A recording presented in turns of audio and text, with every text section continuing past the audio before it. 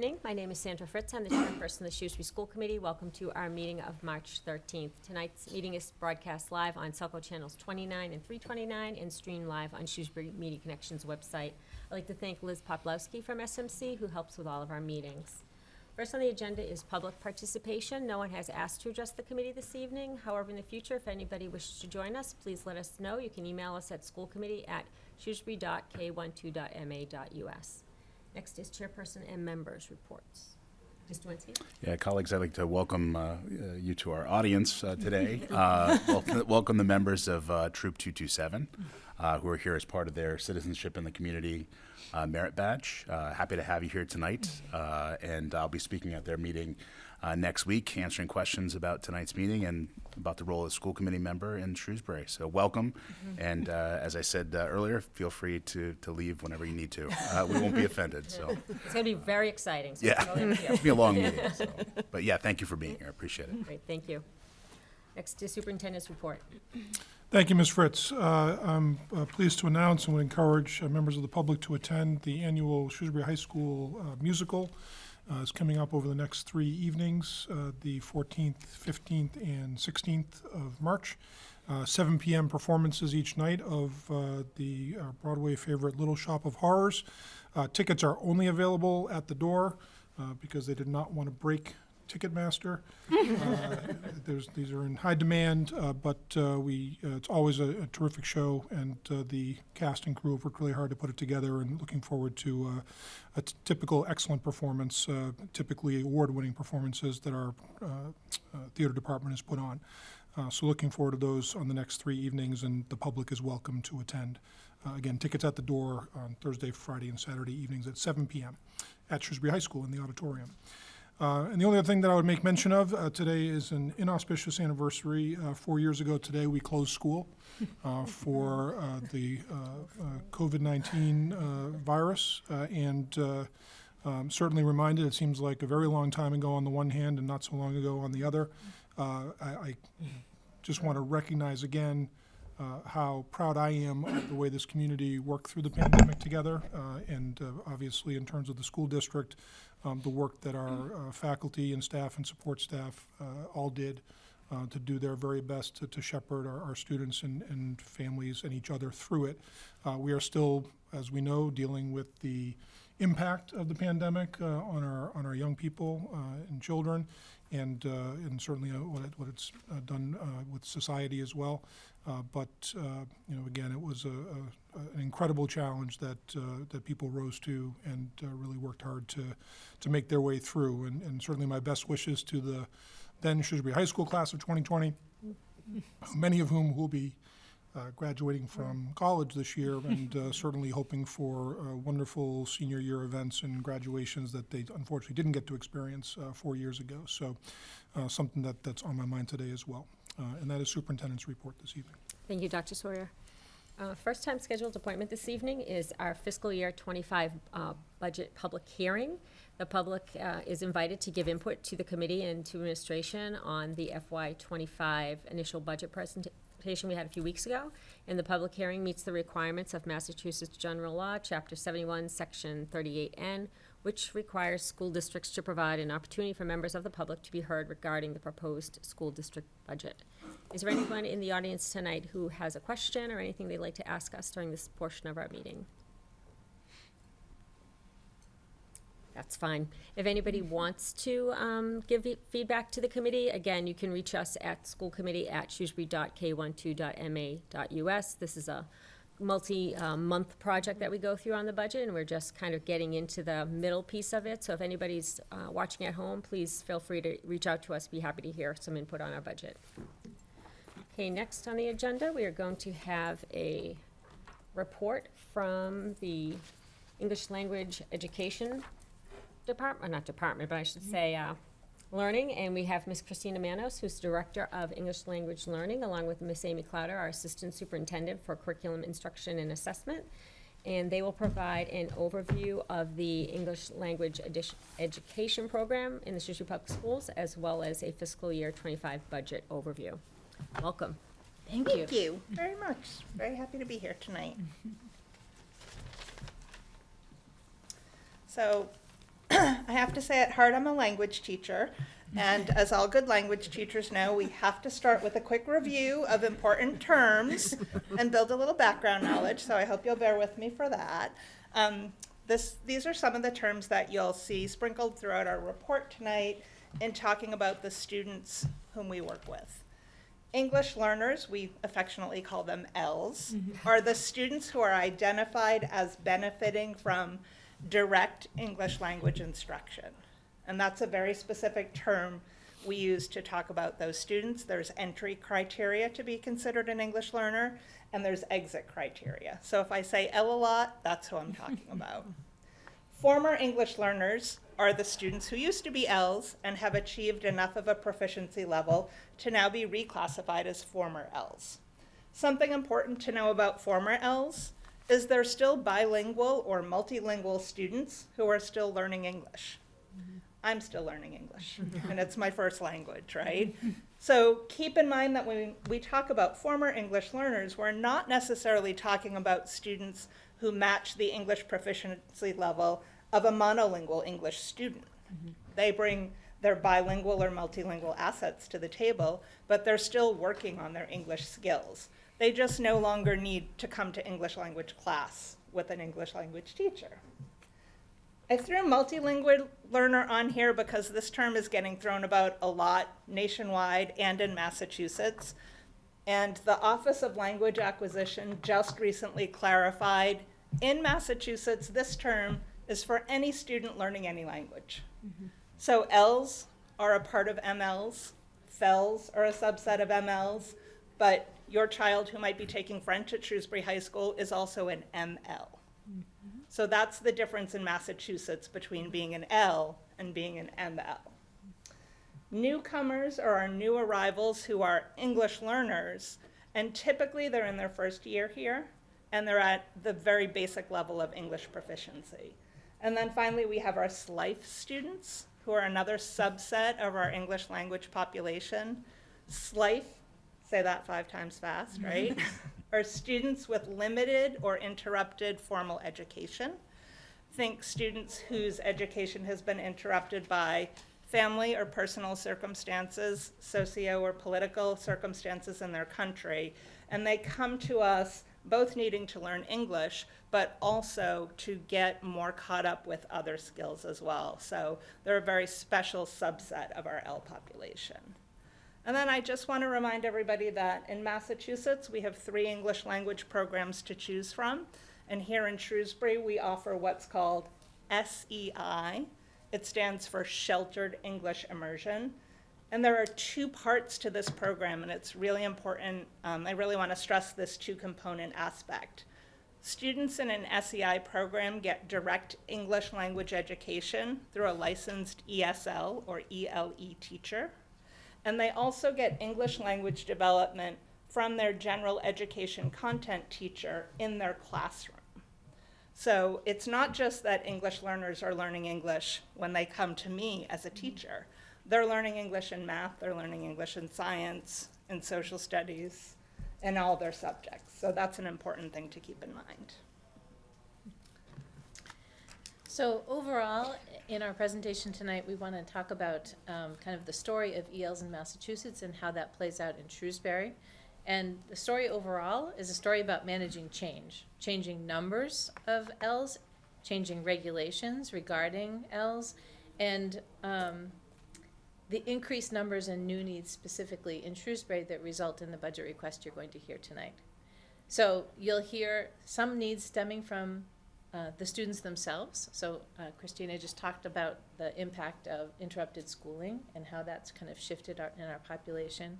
And others have been responses, increased needs in terms of scrutiny or requirements required of public schools from the federal or state government.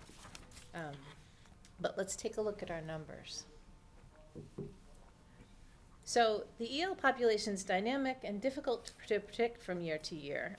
Immigration trends, world politics can play out in our neighborhood as well and influence our numbers. But however students arrive here, like most school districts, we've experienced a big increase in our EL population, and you can see that reflected in the graph on your screen. if I connect this to my role as principal, I was privileged to serve at Coolidge from 2006 to 2017. Through that entire period, we had a percentage of Ls at Coolidge that was between 6 and 9%. In fact, in 2017, it was at 8%. In 2024, that's now 15%.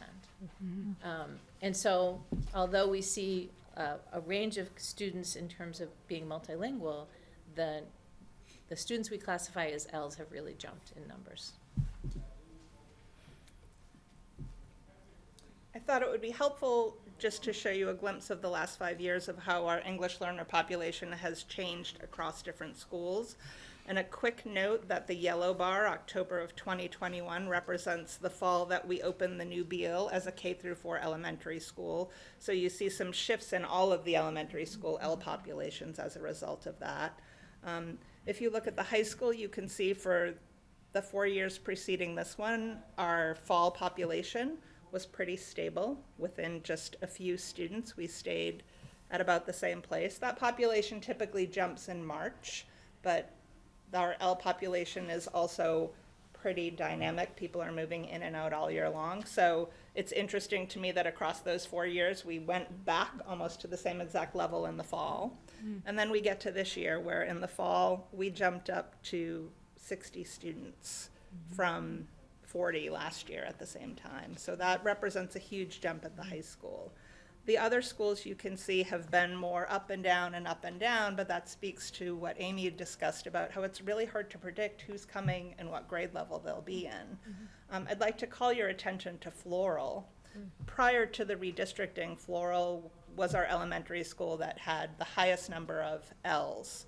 And then the year that we opened the new Beal, their numbers dropped. That was in part a result of the redistricting, but also if you think back to the era of the pandemic, people weren't moving globally. There were probably a 2-year period where people just weren't moving.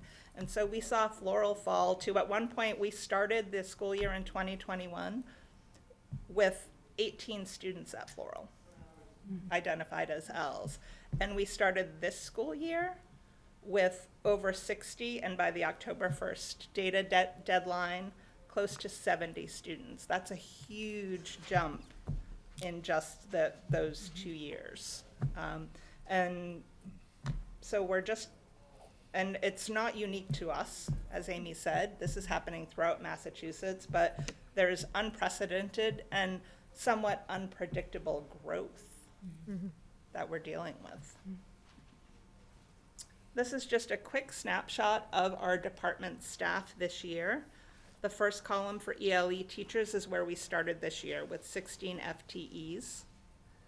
After school started, after we started to get a handle on the growth that we were seeing at the high school, and particularly at Beal and Floral, we asked to add some long-term substitutes so that we could add or increase our instructional capacity. So in January, a long-term sub started at Shrewsbury High School, and that in part was delayed because we had trouble finding somebody that we thought was a good fit for that position. That's another part of our story. And Beal and Floral, we were able to bring in long-term subs in late October as well, and that has helped tremendously meet our need. In addition to the increase in numbers, we are also facing more needs in the students who are coming to us. This year, in our newly enrolled students, so the students who came new to Shrewsbury Public Schools and were identified as English learners, more than 60% of those students are newcomers. Again, going back to that definition of students in their first 12 months and at the lowest levels of English proficiency. They are the students who need some of the most English language instruction as well as supports in their classrooms. About 10 or 11 years ago when I started in this department, anecdotally, it was more common for our newcomer population to be about 20 to 30% of our newly enrolled students. On an instructional level, the guidance from the Department of Elementary and Secondary Education tells us that newcomer students at levels 1 and 2 on our proficiency scale need 2 to 3 periods of ESL instruction a day. Students at levels 3 and 4 need only 1. So you can see that even when our numbers stay the same, if we have more newcomer students, that translates into more instructional blocks. In addition, we are finding that we are both receiving as new and identifying here more EL students with IEPs. We call them dual identified as an English learner and identified as a student with an IEP. Those complex learning profiles require more differentiated instruction from both EL teachers and from special education teachers. We need more collaboration time as we work together to meet their needs. And you can imagine how challenging it is to schedule ESL class and all the special ed services required for these dual identified students. It's very, very difficult. So we have some cases where a dual identified student might be one-on-one with an ESL teacher because this is the only time they're available for their ESL instruction, and that makes scheduling teacher time more complex as well. In addition, as we referenced earlier, we have more students with limited or interrupted formal education, our SLIFE population. This year, we have 20 students. 3 or 4 years ago, we had our very first student that we recognized as a SLIFE student. I won't say that it was our first student that we ever had, but we're all learning as we go along. When you know more, you do better, right? And so both as a state and a country, as well as our district, we're learning more about how to correctly identify students who come to us as SLIFE students and how we can meet their needs better. So this year, we have determined that we have 20 of them. It's about 6% of our L population. And these are students that have very unique needs, and one SLIFE student is very different from the next in terms of what they need, their school readiness skills, where their gaps are, and how we can help them to feel like they belong here, that they can be successful here, and that they have the skills and background to achieve their goals, which for many of the older ones is a high school diploma, because they understand how important that is. So this is just a snapshot of some of the more complex needs that we're facing as a district. Along with more needs, the Department of Elementary and Secondary Education is increasing expectations on us, in part in an effort to recognize how complex the needs of some of our subsets are, and in part in an effort to ensure equity for all English learners, and that we as a state are in compliance with federal guidelines and mandates. So they have increased the expectation around which students we need to screen when they come here new. We're looking to next year for new guidance around how we screen preschool students and the timeline for that. They are now going to require that all new kindergartner students with a second language or another language other than English be screened, even if they were screened in preschool already. So we're doing more work before school starts and in the start of the school year to screen students. They're also increasing the expectations around monitoring, both students who don't meet their benchmark on the state-mandated language assessment tool and on the monitoring we do for former English learners and for students who opt out. The new IEP format, again, requires more collaboration with the L department and the special education department. And the state is working on refining and rolling out new guidance for both identifying and supporting our SLIFE students. That will include a SLIFE learner plan and possibly a portfolio as well. And more refined guidance for pre-K coming our way as well. So these are just some of the things that are adding to the administrative load, both for the director role, but also for the work that educators who interact directly with students are taking on. So that brings us to some of the things that we hope to be able to add to our program for next year to make all this a little bit easier.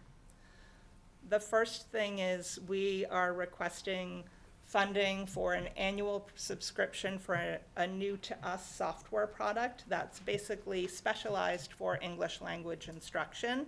It's the Power School of the L world, if you will. It will streamline compliance paperwork, communication home with families, It will also be a very powerful tool for tracking data and analyzing data, which is something that we don't really have in place right now. And it will allow us a progress monitoring tool for current English learners, former English learners, opt-out students, that is available not just to English language teachers, but district-wide. So any educator in the district who needs this information on students they teach will be able to access that. It will allow us to share instructional supports with classroom teachers to help teachers better understand how to support students as well. So we really feel like this will be a powerful tool that will make a big difference in how we do some of those things. We'll be more efficient, but we'll also be doing more at the same time. We're also requesting to carry one of those 3 long-term sub-positions that we added this year over to a permanent position at the high school level. When we jumped from 40 to 60 students, that pushed our class sizes up. The ideal model for English language education is a smaller group size, and when you suddenly have a class of 20 or 22 students, it's very challenging to do the appropriate instruction with them. So we would like to make that high school teacher a permanent part of our staffing model. I do want to add that we're hoping to carry all 3 long-term sub-positions over next year, but I believe we're in a position to fund 2 of the 3 through the state funding that we used this year to fund them. The last ask is perhaps the biggest. We need more help at the administration level. As the mandates increase and our numbers increase, it's very difficult for this role, whether it's me doing it or somebody else, to be in a position to do all the things that need to be done and to be providing leadership for the teachers and for the district about how we best educate our English learners. And so in looking at how to best make this more possible, I had great conversations with both Dr. Sawyer and Ms. Clouder, and we came to the idea of adding a coordinator role, somebody who could share the administrative responsibilities and also add some capacity for instructional coaching for gen ed teachers who are working to support English learners in their classrooms. So I think this will be a real added value, not only to the work that we do within our department, but district-wide to how we support our English learners. So, so that's what we're hoping to add for next year. And anything you want to add? Yeah, Oh, sorry, I- you have one more slide. So Christina's in her 3rd year as director, which is pretty amazing given all that she's accomplished so far. And she's too modest to say it, but she's also at capacity. The collaborative nature of the department has always been a significant strength, and they've helped schools respond to emerging needs by shifting point something of this teacher over here to cover this emerging need, or doing something over here. The department has typically just responded to rising numbers by rolling up their sleeves and figuring out how to change their group sizes. And the numbers are such now that we need increased instructional blocks, especially to cover our beginners, as you heard Christina say. But we don't just need increased instructional blocks, because managing some of the mandates that were required now to put in place around tracking student progress and really detailed, how students are progressing between one WIDA assessment and the other are such that, we take her offline of her leadership responsibility, or we take teachers out of the classroom to keep up with some of those mandates, and we need just more administrative capacity.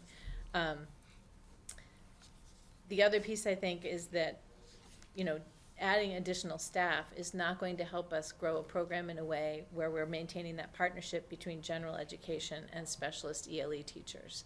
Our ELA teachers are very expert in thinking about language acquisition, but their role is not to kind of shelter all of a student's instruction. And so to build capacity in terms of general educators being able to do more of that work, particularly as we're seeing more complex needs, is important. We're really fortunate that under Christina's leadership, and she wouldn't mention this either, which is why I said I needed to take this slide, she's worked on consulting with Dr. Maureen Manning to kind of a comprehensive kind of review of the department, and then thinking with organizations like the Office of Language Acquisition and DESE networks, to the point where, we're going to get advice on how to build more effective programming for SLIFE students, and they're saying, could we follow up with you to hear what your thinking is? Because they recognize Christina as being a consistent participant in those networks, which I know means that she's going home after hours and figuring out what she didn't do during the day in order to do that. But we've been able to, through Christina's efforts, get additional consult support and professional development at no cost. And that's, as you know, another way we're trying to be efficient. So we're already working smarter. It's a work in progress. We have great people and a very strong department. But if we're going to continue to have student outcomes the way we want them to be, and you know from my previous presentations around achievement opportunity gaps that's my vision, I think we need to kind of align our current practices and programs for the better by adding some additional capacity to the department. So we really appreciate your consideration of these requests. Great, thank you. Comments, questions? Lindsay? I am so glad we've added this as a standalone presentation on our budget, not just because of the budget implications, but because I don't think enough people appreciate, and I continue to be impressed by the amount of work that you are shouldering, and you and the many people on your chart that you showed. So I'm just want to start off with a thank you. I have heard from individual teachers who tell me the above and beyond way in which you go about your job and helping them get hold of families when they can't find a kid at the beginning of the school year and we're struggling to find the right language. In our materials is a pie chart of the many languages that we're talking about here, right? And I recognize you don't carry all those skills yourself, but the incredibly complicated nature, right? And that Shrewsbury as a community is changing and is becoming more diverse is a wonderful thing, I think, for our student body and for our community. And it raises some complexities and some challenges as well. So I just need to say a huge thank you. I have a couple of like questionsy comments that are sort of like maybe you can jump in at some points. So when I think about, it's not just the growth, right, but the growth and the newcomer status, when you combine those together, to me, that also tells me that very likely you have parents who are newcomers too, and I recognize, as I've also heard from teachers, about your willingness to go really above and beyond and make sure parents understand this new system that they're engaging with. And so I'm wondering about two different things. One is around communication with families and what challenges those present. I know we've heard at different points in times about some tools we've tried to use, so I'd love just an update about where you're at on that. And the other one that struck me when reading the report over a little bit is, well, you talked about, I think you referred to it as sort of a dual status, a young person who is in our L program, but who also is receiving special ed services at around 10%. And when I think about our total school population, we hover 16 to 17% special ed identified as a need. And so that seems like maybe there's a gap. And then I again think, as a parent who has kids in special education, we know what a complicated program it is to explain and rights and whatnot. And so I'm just wondering those communication pieces to parents. Maybe you could just speak to what that looks like for you and the staff and how you're trying to support the teachers writ large. Sure, I'm happy to. And I will say, intentionally, I kept this report very focused on the academic aspects of the program, but I'm happy to grab a coffee and talk to you about family engagement sometime, because that's something near and dear to my heart as well. So we are very fortunate. We contract with a company that helps us with professional translation and professional interpretation. In addition, DESE offered us some DESE paid for services this year as a district with an emergency shelter to give us access to their services as well. So we have options to use an over-the-phone interpretation system, which is great for impromptu meetings, for phone calls home, when you just can't reach a family. I've literally been in a parent-teacher conference where we put the phone in the middle of the table and put the interpreter on speakerphone. Even when the parent's in the room with us, we can still use that telephone interpretation system, and that's very important. We can leverage, we are lucky to have a native Spanish speaker, a native Portuguese speaker within our department now, as well as a native Arabic speaker and a native Chinese speaker, so we can leverage staff who speak some of these languages when possible as well. Parent Square is the tool that district-wide we're using for family communication this year, and Parent Square will translate into most of the languages that we need, and it seems pretty effective in terms of the translations. I haven't heard any grumblings. Just a quick funny anecdote. 5 or 6 years ago, when we were using Power School, I can't remember what the Power School email tool was, but I got an email. School Messenger. School Messenger, thank you. I got an email from a dad who said, "Dear God, please stop translating into Korean. My English is better than your Korean translation."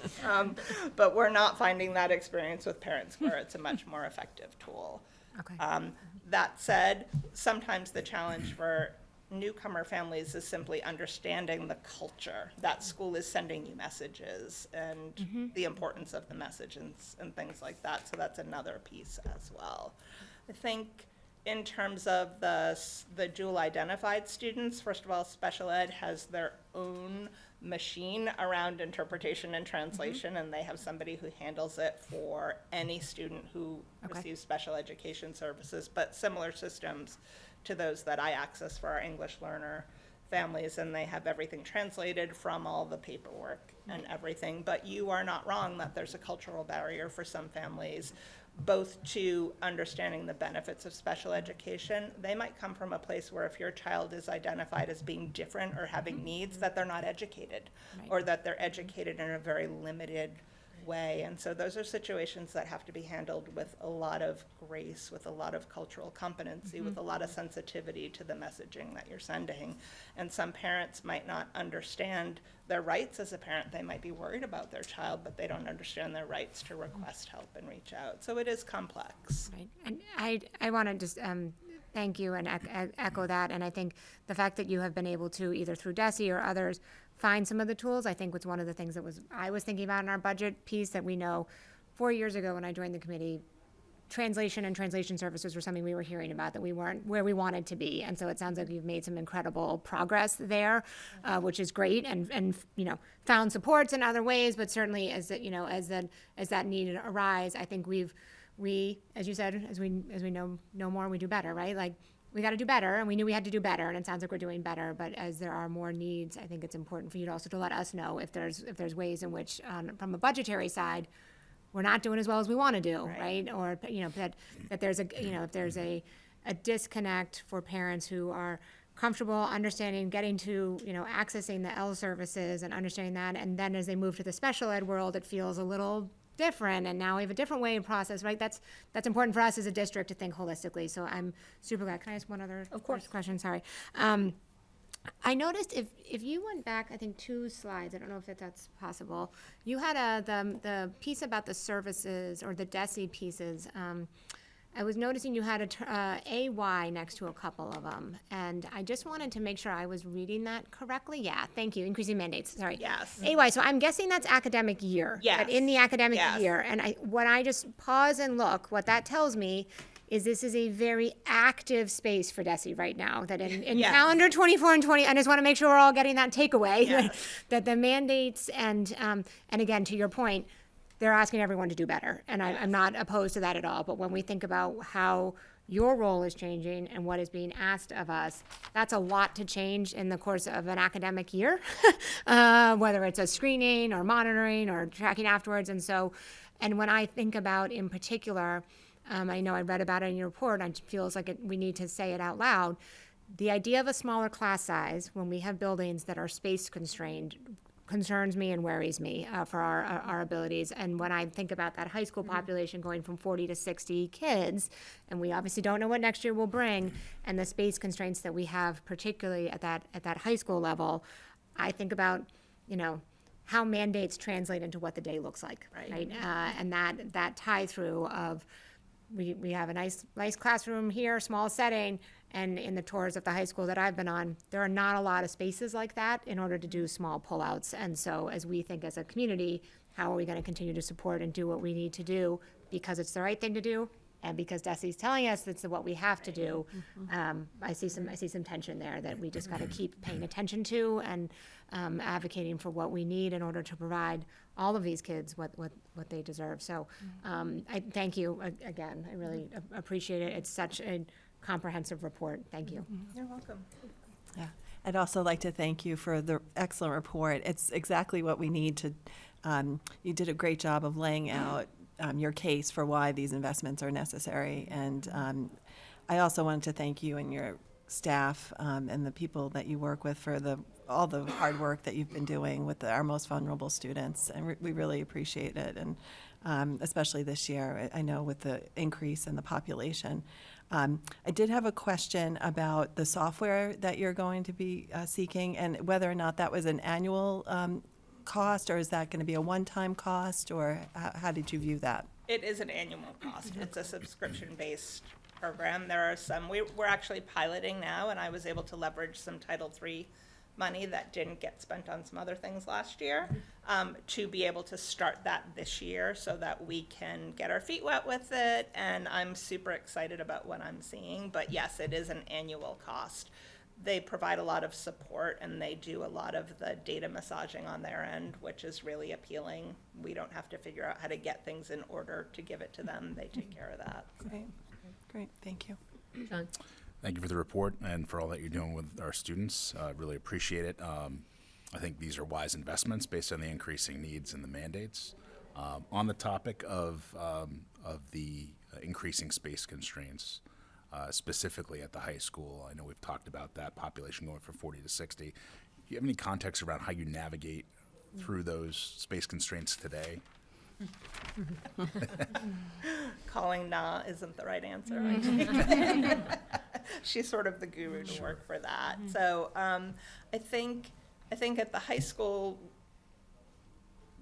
layout and just the system is very different than other places, right? So in the high school, EL students receive their services through classes. You're in an ELE class. For, period 1, you go to your ELE level 1 class. Period 2, you go to your ELE co-taught biology class. And so those classes are all assigned to spaces the same way that Algebra 2 is assigned to a space. So it looks a little different than it does at an elementary school where teachers are pulling students out of a larger class. So it's a hard question for me to answer in that regard because it's a master schedule issue. Sure. It's Right. not an issue that's unique to me. Gotcha. But when we did add the long-term sub in January, it did require some creativity for Ms. Nguyen to look through the schedule to say, okay, if you're adding academic support this period, it can go here and then here. So my long-term sub is in 4 different spaces. Right.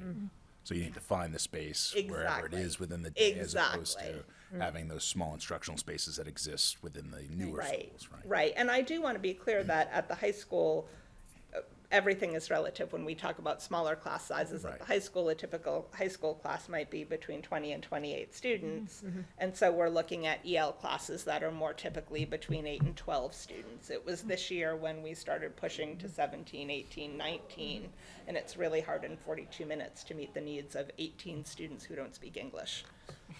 Certainly also the complexity around the unpredictability of enrollment in Exactly. years to follow. We have no real visibility into that until Yes, that year, so. yes. And tailoring the needs of academic support to a group that's really diverse. Right. And I think Yes. just as you referenced, Lindsay, students with disabilities are a really diverse group. So too are English learners. So thinking about how to match Right. the small number of teachers to big number of diverse student needs is always a challenge. Yes. Great, thank you so much. Rachel? Thank you for the report. I found this very, very interesting. I'd actually love to pick your brain because I have 1,000,005 questions, which is just like contextual. But one of the questions that I had, I know a lot of this is, what we're doing for students K through 12, but we do have English language learners or families that have also preschoolers. So one question is, what are we doing at Parker for those, for these families? But also, and maybe, I'm sure this happens, but if you are an English language learner and then you graduate on to being a former English language learner, within that time that you're checking in, do we have instances where these students are maybe no longer meeting that benchmark where they could, I don't want to say backtrack into that, but what supports do we have in place for the former English language, or does that mimic what our general population has? It's a great question. So students, after they exited, are monitored for 4 years. At any point in that monitoring period, they could, in theory, be folded back in and reclassified as an English learner. In my 11 years here, I have never seen it happen. But the expectation for former English learners is they're still being educated by teachers who have their SEI, their Sheltered English Instruction endorsement. And we remind teachers annually through the monitoring process that just because a student is no longer an L does not mean that they might not need some of those supports that you would expect to give an English learner. And again, I said this earlier in talking about FELS. FELS are not monolingual English speakers. FELS might never reach your level of English proficiency. They have other talents and other gifts, and they have a lot of assets in their multilingualness, but they might always need a little extra help with vocabulary, or their writing might always sound a little different than a native English speaker. So DESE has a system in place where we would consider whether a student needed to re-enter into English language education or stay classified as a FEL even, but maybe continue to attend an English language class. I've never seen it happen, but that's not to say it wouldn't happen. In terms of preschool, right now what we have is a pretty informal consult situation with preschool. Bridget Nichols and I connect a couple of times each year to talk about students, to talk about trends that she's seeing. But something that we're seeing coming for the new year is a new timeline in how we identify preschool students and increased expectations. They want us to formalize that consult situation and actually have an L teacher who has some assigned time to not to directly instruct preschool students, but to work with the preschool teachers that have L's in their classroom to help them with language acquisition. The theory in preschool and even in kindergarten is that those are language-rich classrooms already. All children are acquiring language, most especially at those levels. And particularly in a half-day preschool program, it might not be in a child's best interest to pull them out for 30 minutes of small group with a different teacher. They need to be with their people, with their peers, learning in that environment. Thank you. You're welcome. And I think we're talking about the budget, but first, the report is excellent. It's the way we want to see it laid out. It gives us a really good understanding of what's happening. And for anyone who wants to know why we're looking for addition into the budget FY25, this gives all of the reasons why. And we're looking at mandates. To me, that's the big. We've got mandates, and we have a changing student demographic and increasing population. And you use the word, Lindsay, holistic. It's a holistic approach. It's the students, the staff, the parents, but also caring and making sure we're doing it right. And I do remember when this started, and Ms. Manis, you were the person. I was thinking, like, she's a really good worker. She's really good at what she does, and you've gone above and beyond because we know you're stretched. It's a lot to handle. So adding, especially that coordinator position, I think it's going to help. So you can do more of what you need to do, and students will get more, and it's just it's a good thing to be doing. And I love the software when you're talking about it's $8,000, but it's efficiency. We're going to save in time, and that will save us money in the long run. We'll be able to get more things done. And thank you for looking for something to have efficiency and data driven, because one of our strategic priorities is data. And that's always a good way for even next year when we're looking at what do we have to add, because we've got data to support any of those additions. So thank you so much for doing everything you're doing. It's a lot of work, but it's definitely in the right hands with you. Thank you. Well, thank you. Dr. Sori? Appreciate that. Thank you. Ms. Fritz, I want to thank Ms. Manos and the faculty and staff in her department for the extraordinary work they've been doing under really challenging circumstances in a variety of ways, and our students are benefiting a great deal. And I think, as you heard, different tributes, people recognize that. You may recall that Ms. Manos is the award-winning director of English language education, recipient of the Jane Wilkin Award this year for her leadership and work, and has made a tremendous difference in the department since she'd taken over just a few years ago. I also want to thank Ms. Clowder for the support she's provided to Ms. Manos and the department in a thoughtful way. And I think you're hearing how this sort of dovetails with the overall strategic priorities we have around really paying attention to how students are doing, monitoring closely over time, and providing the right kinds of interventions to help them move forward.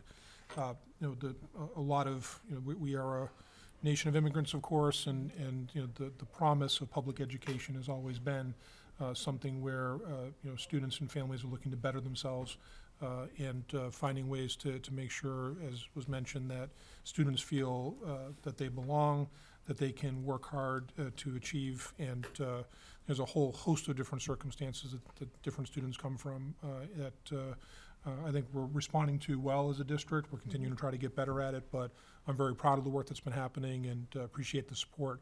And when, you know, you see it's in my budget recommendation already that these positions be brought forward. I think that's very reasonable, and we'll continue to leverage other state dollars as we feel we can to try to keep pressure off of the appropriate budget as much as possible. And it'll be very interesting to see what happens over the course of the next few years, how rapidly the population continues to change, or if it's up and down. That's really it'll be intriguing to see how this goes over the next 2, 3, 4, 5 years in terms of how the demographics are changing. But again, appreciate the report and all the hard work that everyone's doing in the department. Great, thank you. We appreciate the opportunity to come see you. Great, thank you. Okay, next on the agenda, we are going to have another report. It is our Special Education and Student Services report, as well as their FY25 budget recommendations. And we have Ms. Meg Belcedo, our Assistant Superintendent for Student Services, and Megan Bartlett, Assistant Director of Special Education and Pupil Personnel Services. Hi, everybody. A long title. Long one. All right.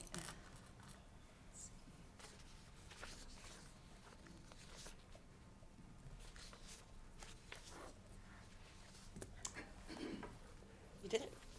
I did it. Let's just hope there are no glitches this time, as we've seen in previous presentations. So thank you for having us tonight to talk about special education and student services. Just a reminder, we will have reports and presentations regarding nursing, mental health and counseling, as well as RISE in Maple and Maine at future dates, but we did want to mention that so people So we know are it's a aware. budget presentation, but just looking at that picture, Oh. how can you not I smile? know. Okay. So, to start, we'd like to highlight some continued initiatives for student services, which ensures that all students experience inclusive practices. The Individuals with Disabilities Education Act, which we know is our federal law, indicates that each local school district must ensure that students need to be educated with their peers without disabilities in the least restrictive setting. As educators, we know that creating inclusive practices does not stop during instructional time. All students need to access their peers socially to maintain their social, emotional, and behavioral health. Therefore, we began explicitly targeting this work under the strategic priority of the enhanced well-being for all. All students need access to their peers, and as you recall, Shrewsbury Public Schools was recognized as being a Special Olympics Unified School District, upholding the 3 pillars of inclusive youth leadership, whole school engagement, and unified sports. So we have a couple of things up on the screen. Pictured here on the right, you can see members of our Oak American Sign Language Club, as well as our Unified Basketball members. They're learning how to communicate with ASL. This spring, the ASL Club and members of RISE community will be singing the national anthem through sign at a Woo Sox game, which is pretty exciting. And on the left, we're going to play you a quick little video. As you're aware, we have our RISE program that supports kids 18 to 22, and they also need access to their peers. So we have this video is a clip of music bingo night that happened at RISE. You'll be able to see the RISE students as well as Worcester State University students. RISE has established a great relationship with Worcester State, especially with the hockey team, where several of the students hold internships.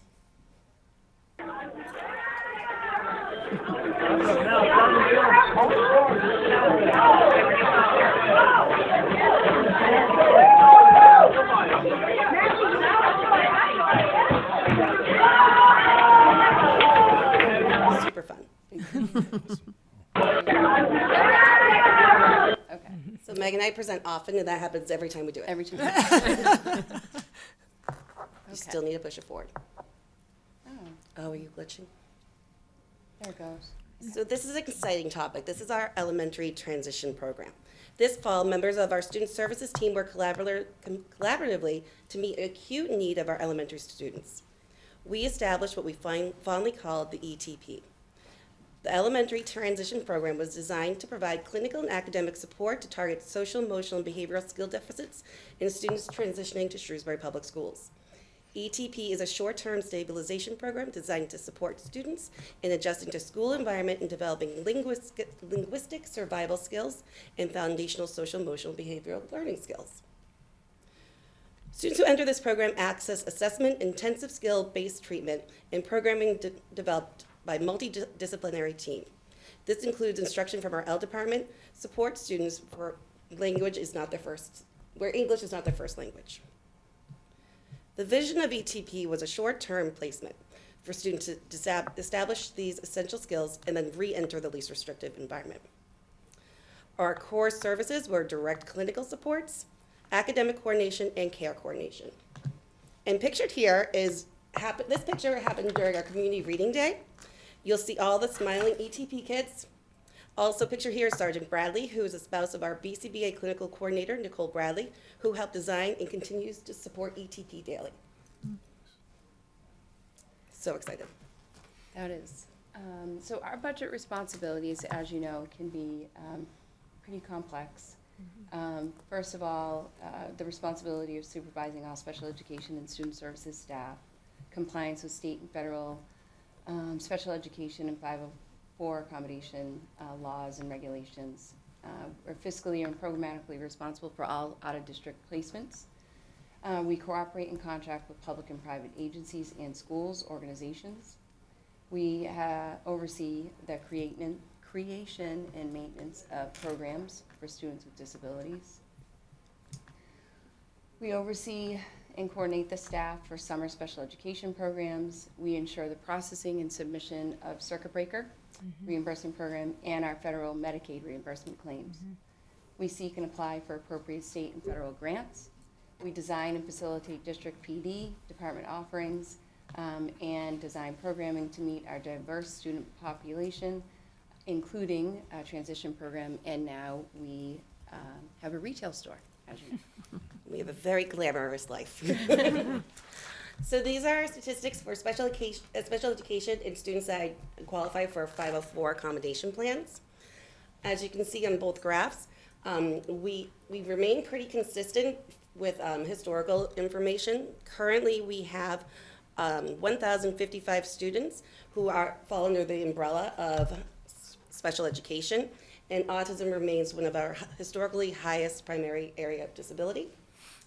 And then for our 504s, we are currently serving 403 students that have a 504 accommodation plan. There are an additional 25 students that are in active referral for eligibility. Health impairment remains the highest, and that is, again, historical. And that could fall under ADHD, food allergies, diabetes, and asthma, or other health impairments. We are continuing to see a trend with students with emotional disabilities eligible for 504 accommodation plans. So looking over the past 5 years, there continues to be an increasing trend of students qualifying for 504 accommodation plans and for IEPs. Based on this information, we know that this is due to a larger number of referrals, students moving into the district, students with both IEPs and 504s, continued child find activities, which is a yearly process we go through, and the impact of the school closure, and also our ongoing mental health crisis.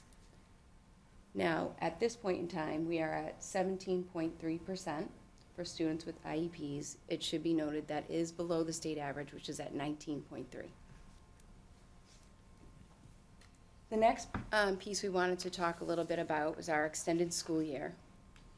A total of 287 students were in our extended school year programming last year. However, this number only represents a portion of the program. Many students who participate in the academic intensive and ELC programs also receive multiple related services on a weekly basis, which requires additional staff to complete all services during the summer.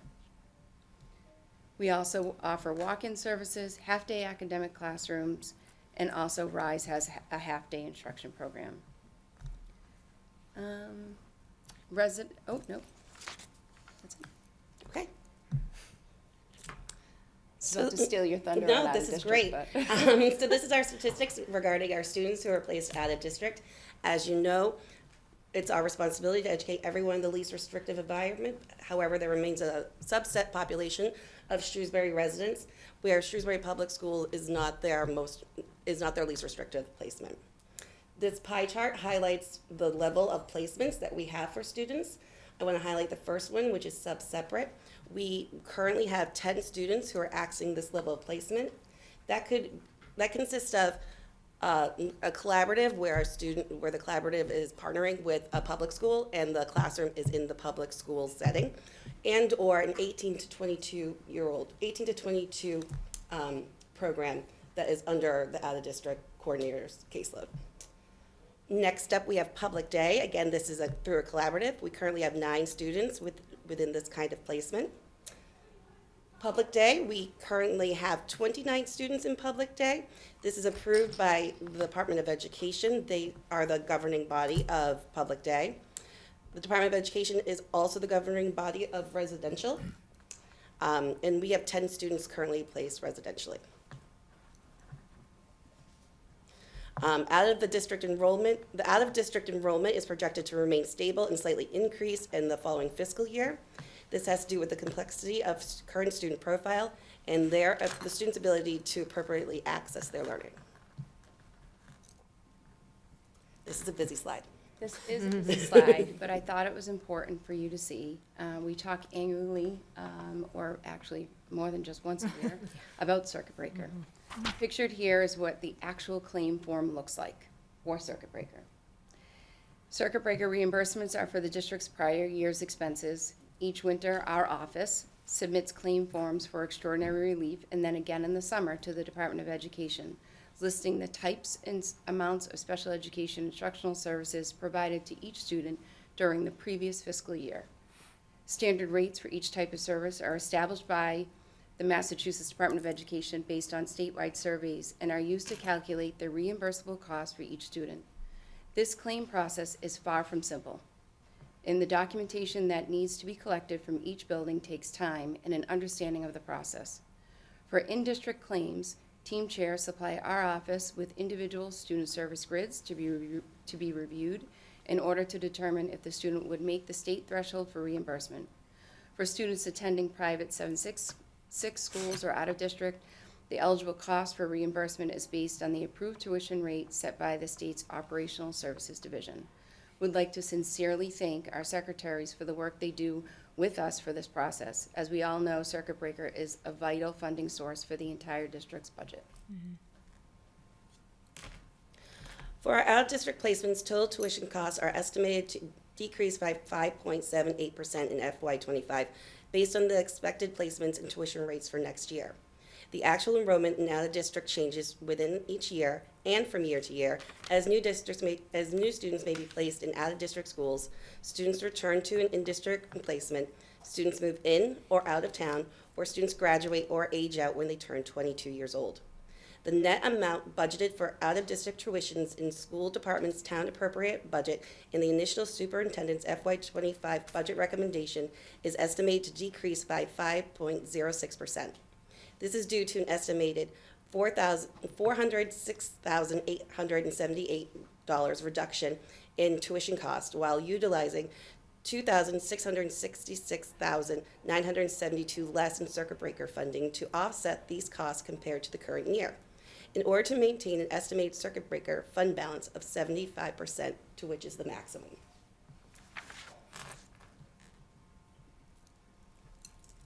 Our office also has a lot to do with grants.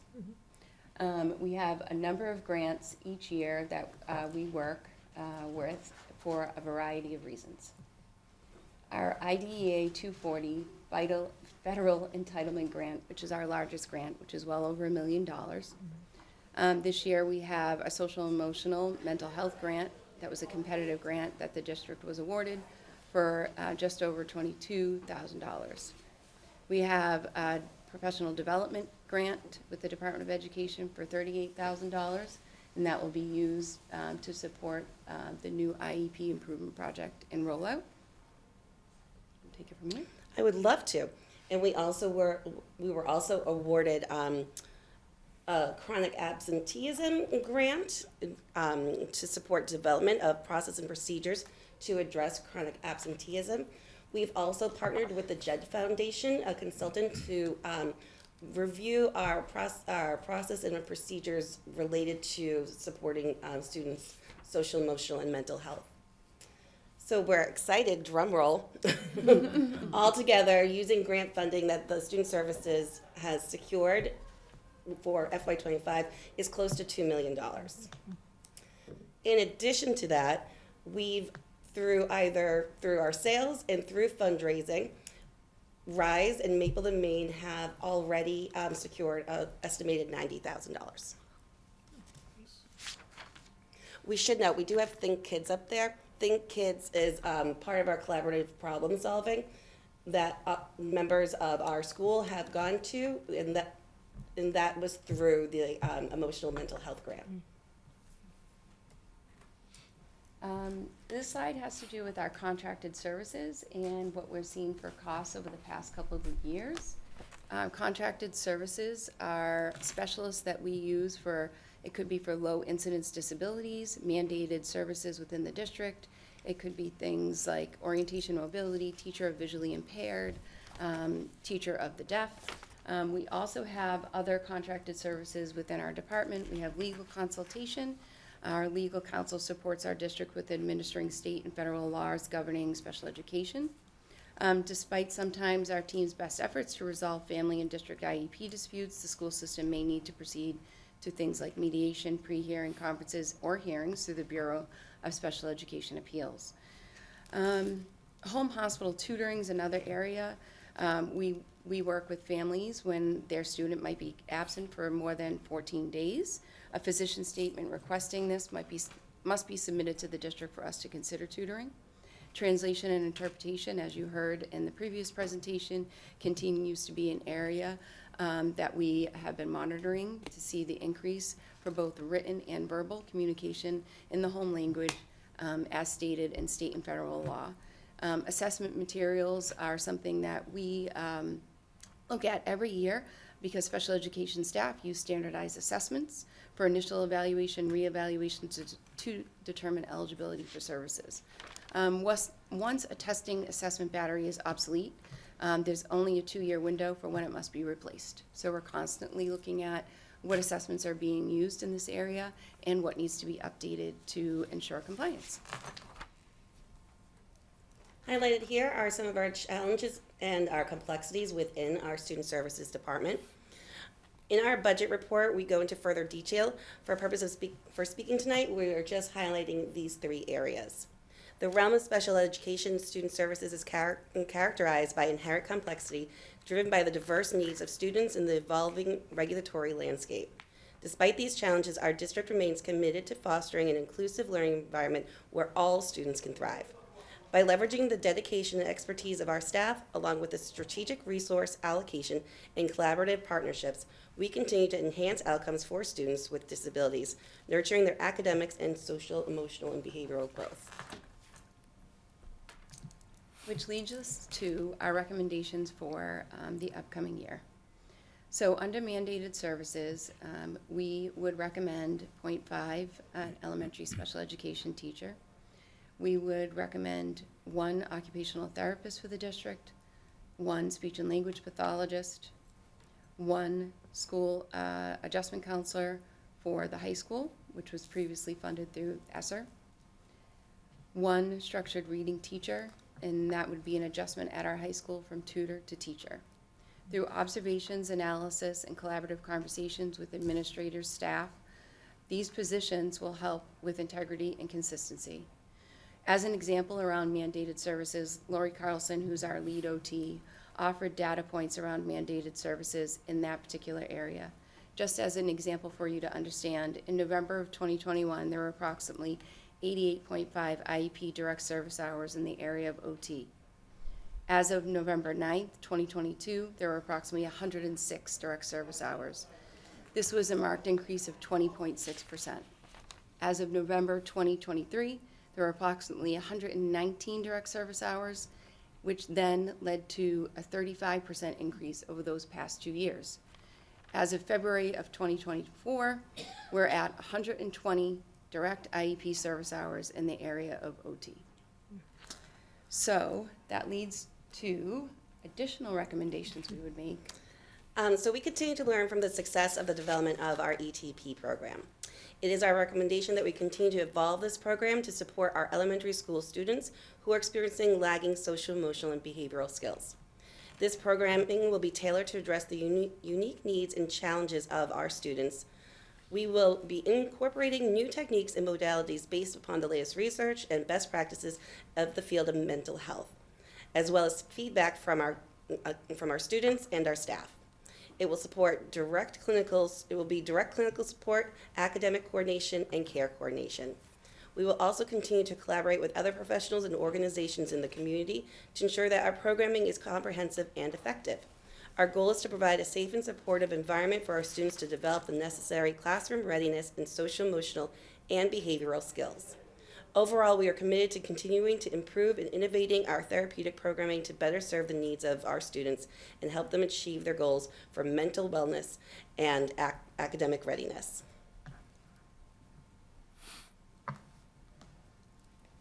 Very good, thank you. Comments or questions, Rachel? Thank you for this report. Special ed, I learned a lot through this as well. Special ed being such a complex area that changes not just year to year, month to month, week to week, but day to day.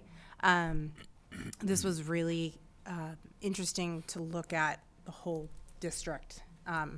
But one question I had was with the therapeutic program, because obviously this would be a benefit to the students, but also staff in the district as well. But for the therapeutic program, are these students that would possibly, instead of having them go to out-of-district placements, we're keeping them in-house, which is giving them a little bit more stability within Shrewsbury, yes? Yes, correct. So right now, we're trying our best with the level of staffing and support we have. However, we know it's not enough. We're hearing it from buildings, we're hearing it from staff, we're seeing it. So in lieu of that, we want to be able to first invite the students to the program, see if we can stabilize within that unique setting and continue to have them access inclusion and within the least restrictive setting. However, that's not the case for everybody.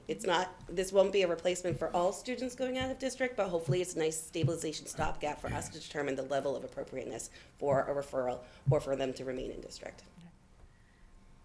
Lindsay, go ahead.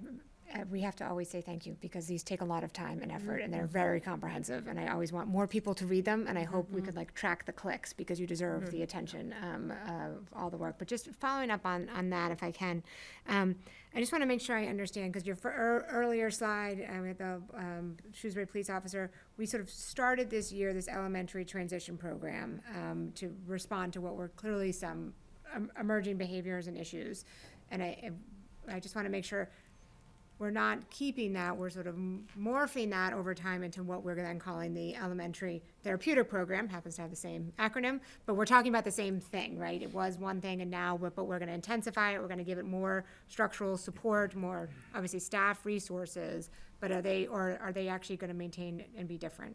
They're going to be different in realms, kind of in the realms of the student population. We're looking to shift it because currently the majority of the students in ETP are students that have not been identified as having special needs.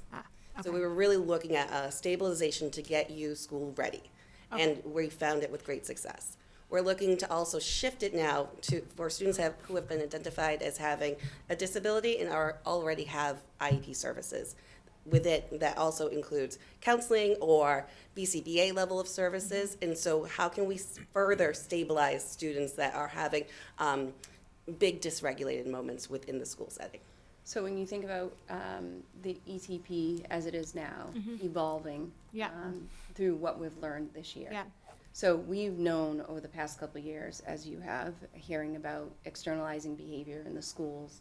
Now we're looking at a placement. So this would be entrance and exit criteria, descriptions around what that therapeutic support would look at, really targeting clinical support from our BCBAs, having an academic portion, obviously, to the program as well. So for us, this year, what we've been doing over the past, couple months, we've actually been discussing with other districts what their programming looks like. We've visited other districts. We've actually talked and consulted with a couple outside providers, and we have in May, we're using part of the social emotional grant that we received to have a session with an outside consultant who works in this area to help us with our thoughts on design, on what it would look like, what the space should look like. Where should the space be? Is it K to 2? Is it K to 4? So all of that work is ongoing, but we definitely have identified that there's a need. We've definitely identified that we have a cohort of students that we're monitoring, not only for current placement, but out-of-district placement. So our hope is to offer programming to students in need, and therefore would also support what we're seeing across classrooms, buildings in the district. I don't want to ask the question and sound like I don't understand everything you said, but I'm still a little confused. So we know we still have kids who, whether they're new to the district, new to education, have big behaviors, but they haven't yet been identified, or they haven't gone through the whole process and are yet have their own individualized plan. Will we be keeping some sort of program for those kids, and in addition have this program, or are we likely phasing one out and substituting the other? So that's where we're really seeking the guidance from other districts and the Okay. consultant. It's fair to say we're working on it. That's We okay. are I working get on it. it, That's but- fine. This has been a complicated year. I'm just trying to understand what we're doing. From other districts, it kind of varies on student populations. Sure. Sometimes it's a stabilization assessment period, and sometimes it is just a placement. So I think we're working on it, and Okay. more to come. So I think my next couple of questions were in that line. Like, is this going to be a sort of like a sub-separate placement? Like, how's it characterized? Is it potentially time-based around stabilization and assessment? Or we're thinking that, kids would go for a period of time, or kids may go for as long as they need to, and that is not, so from a parent's perspective, kind of like what they might be thinking. And it sounds like we're still, I want to just acknowledge, I jumped right in. I know we have a big problem here, and I think you're trying to figure it out, and I'm glad, and I'm 100% supportive of it, and I know that we are hearing from educators that the behaviors that are in their classrooms are overwhelming and hard to manage, and so I think we definitely need to put the resources there. I'm trying to understand, like, what's the tact, and it sounds like we're still figuring out exactly what the right way to go is, but But what you can also think about, which for us, this is what our language every day, right? Yeah. This is not what you all necessarily hear every day. In a program like this, you can think about a child that might need an assessment period. Sure. Just like when a child goes through an initial eligibility. Yep. We could think about a student that we think might need a therapeutic program, but you can use the first 45 days Okay. as an assessment with an agreement with the parent, obviously, and then determine, do they need to be placed in this program? So that's one option. Okay. You could have a student that's already identified with an IEP, and the behavior is not stabilizing, different services have been put in place, things are not progressing, the child's not making that level of progression in the least restrictive environment. So this would be a more restrictive option to consider as a team. So therefore, that particular child might be a placement. got it. So when you put a program like this together, it is complex. That's why there's a lot of conversation that needs to happen. People do need to communicate, collaborate. There needs to be a lot of upfront work before you ever have a situation like this within your schools, because you do want to truly have a successful program. So I hope that helps a little bit No, more. it really does, and the complexity, it's important for people to understand the complexity of what you're dealing with, right? And that we have the layer of law, of special education law, and what is a placement, what we think about is where the kid goes every day, right? As those are very specialized terms, and so I really appreciate the creativity, and I want to just call out, and I know, Dr. Sawyer has heard from me the idea that we need more. That my perception is that we need more individuals with the clinical sophistication to help our kids, and to ultimately also relieve pressure on our educators, and into the long run, potentially help us have fewer kids out of district, right? And it's not that I don't want kids out of district because they're expensive. I don't want kids out of district because I want them to, be on the bus with their peers if they can, to do all the things, to stay as close to home as possible. So I'm really appreciating the complexity, and I thank you for answering some of those questions so I could tease that out. Absolutely. And I just want to stand up before I lose my train of thought. And while we're talking about the ETP and the therapeutic program, because I think these are new this year, the ETP, and it's because of a new change and volatile kind of need that we needed to make sure that we were taken care of. And I, thank you, because I think it was very thoughtfully done, but it was quickly done, and we had to meet the needs of these students, and we're doing that. And we're also looking, is this the most efficient way to do it? Is it cost effective? So we're looking at all four corners of the problem, but we're also providing those student services we might not have had last year. And now we're seeing it, and I don't think it's going to go away anytime soon. So looking at this therapeutic program, I think that's a wonderful thing to do, and it will help us down the road. I think, maybe students will have the service they need, and down the road, they may not need the services, and the costs are lower down the road, because we're gonna try to do it earlier. So while we're on that, I just wanted to say that.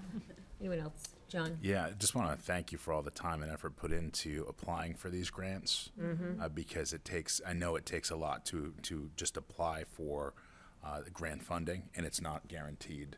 Right. I mean, you have to apply for, and we've seen many budgets over the last few meetings, and providing a very consistent summary around efficiencies, and just the $1.9 million in grants just jumps off the page for me, and I often wonder, like, where would we find that funding if it wasn't in here? We'd have to make a lot of trade-offs, right, if we weren't able to secure these grants. So thank you so much for providing that, especially the $1.7 million that is going into the RISE program. And I have a lot of friends who are regulars at Awesome.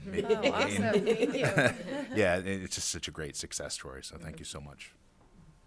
I just had another follow-up on the elementary transition program. I just wanted to kind of get a sense from you how it's been going, and have you seen kids that have been able to come out of the transition program and into regular classroom settings? It's been amazing. Yeah, all the students are accessing some level of service in ETP, but the majority of their day is now being pushed into their general education classroom. That's great. And Yeah. to go and It's see. so exciting. Yeah, to go and see them in the classroom. Like one teacher turned to me and said, try to find her. Try to find her. And I said, I have no idea. And she was like, that's exactly what we want to hear. She's like, you have no idea who was part of it and who wasn't. And, that was a good feeling. So, Yeah. and you're right, it was done in a way that I think it was a meeting here a Friday afternoon, or late in 1 week. I sent a text to a group of directors and clinical people, and the next week they drafted a proposal for Dr. Sawyer to take a look at and then share with all of you. So it was a need that was addressed, and I think that there are so many people to thank for the success of what we've seen with the ETP. And that's to the skill of all of you who are doing that, and recognizing what the needs are and how to best fill that need. So it's up to you. You guys are the ones who get all the credit. Anything else? And I think, again, we're talking about the budget, so we've got an amazing program. Students are getting what they need, and we talk about mandates a lot. This is the area, there are mandates. We must provide these services by law, and they're expensive. There's nothing we can do, and sometimes they outpace the cost of living. So, but we're always looking for ways to make sure we're efficient, effective, and almost $2 million in grants. That's a huge amount of money for anyone to bring in. And like Mr. Wensky said, we would have to go to the town budget for that amount of money because these are mandated services. We can't say no, or we would have to reduce somewhere else for other students who need services. So it's always that give and take, but it's because of the skill of all of you. I mean, that is an amazing amount of money. When I read it in the report, I kind of had to look at it again. I'm like, I know you're doing a lot, but that's a ton of money. And just a very volatile piece of our budget. It's gonna go up and down, but the students are getting what they need, and that's what we should be doing, so thank you. Dr. Sawyer? Appreciate the report, and most importantly, appreciate the leadership that Ms. Belcito and Ms. Bartlett bring to the department, along with all the other directors and the faculty and staff of our, who are special educators, our paraprofessionals, the vast majority of whom support students with special education needs. They're doing really important, really hard work and complex work every day, and we're really grateful for that. I think to the point you just made, Ms. Fritz, the fact that we have several positions that are recommended in the budget that are, we need to provide those mandated services, not really much of a choice of whether we add them. And I'm very confident this is in the context of being very efficient. And you heard about the example of the occupational therapy. We've absorbed those with essentially very limited FTE, and we've held out. Yeah. You know, we need the support to continue to meet the needs as they continue to grow in that way. And as I started at the beginning of the meeting, you know, there are definitely some pieces post-pandemic that we're seeing more need. There's no question about that, and then we're seeing that across the state and across the nation. That said, I'm also extremely grateful for the community for supporting the operational override 2 years ago, because, or 3 years ago, I guess now. We're heading into the 4th fiscal year supported by that, because we have the level of funding and stability where we're not talking about making really incredibly difficult choices about needing to provide funding for mandated services and not having enough funding for other things and having to make reductions as a result. And I think that, there was a story in the Boston Globe today, there are a lot of school districts across the state right now who are facing those kinds of very, very difficult choices with very difficult cut budgets, you know, cutting services that are already being provided. You know, we continue to be in a strong place with our class sizes, which certainly helps with this. And all the work that's been being done, I think very strategic work to try to make sure we're providing an excellent academic education for our students, regardless of whether or not they might have some type of disability or not, and with a high level of inclusion. And I will circle back to the start, talking about being named a Unified Champion School District with multiple Unified Champion schools, of course. The commitment to inclusion, we continue to cite Maple and Maine as another great example of a very innovative program that's cost-effective and just a wonderful community-based, inclusive program.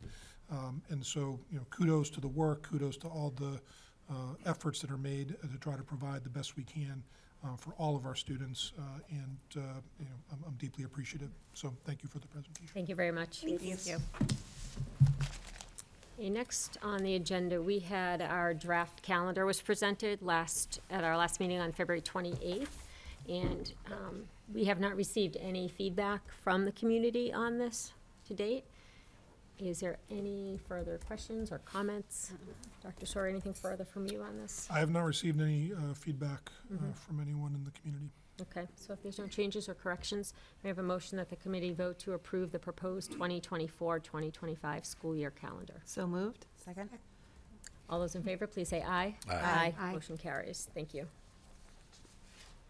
Okay, next, we are going to have another report. It's our fiscal year 25 fees and tuition report and discussion. We have Mr. Christian Girardi, Assistant Superintendent for Finance and Operations, along with Ms. Karen Isaacson, our Director of Extended Learning.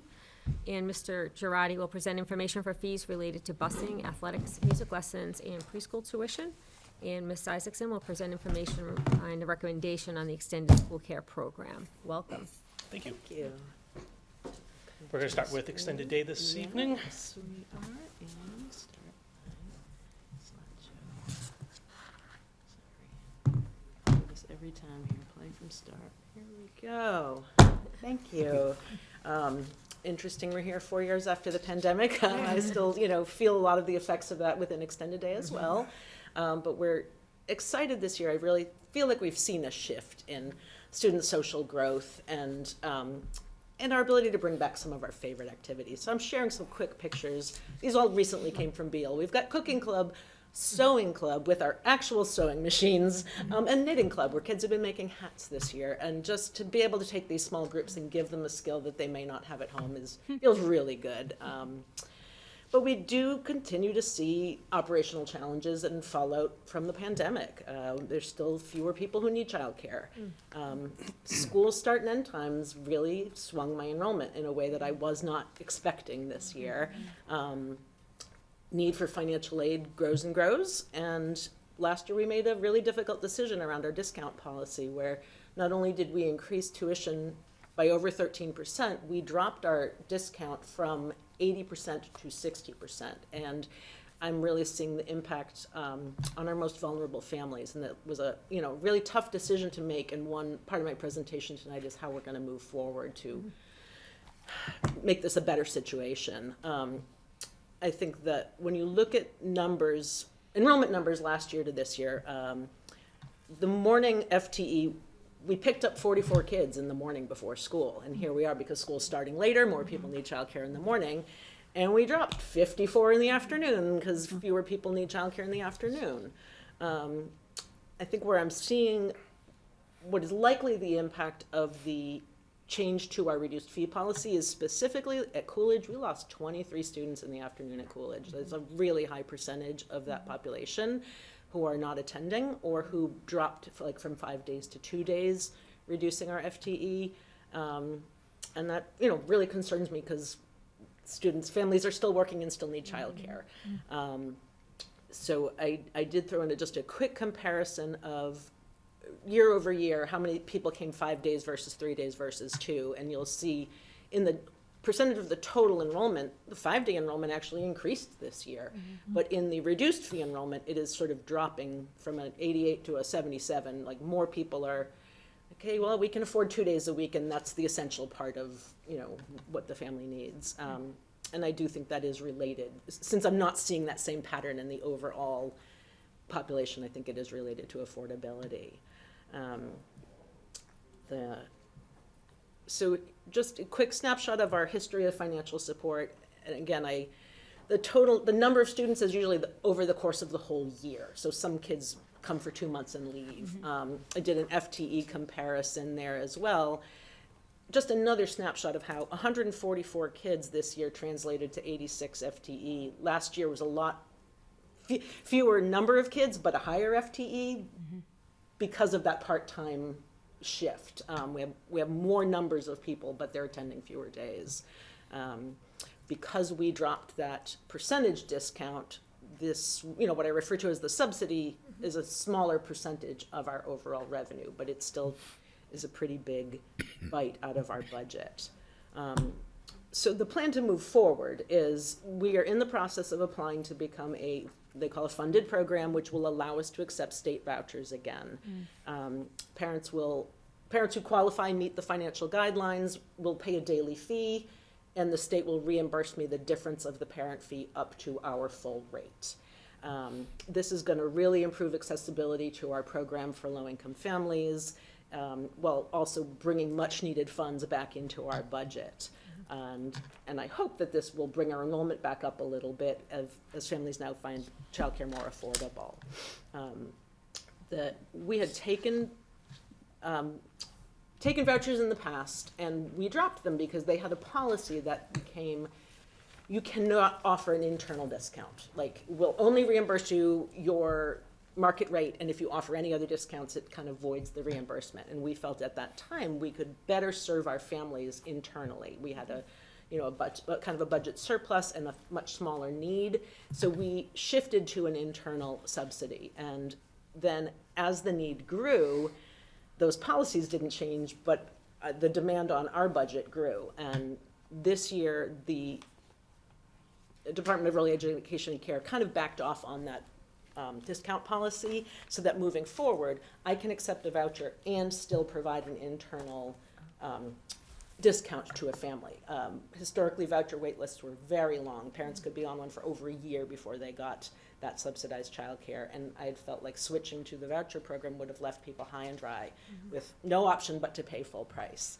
And so now we have a year of transition ahead of us that will allow us to, anybody who qualifies for a voucher can start using it right away in September. People who don't have one yet will continue to offer the same discount.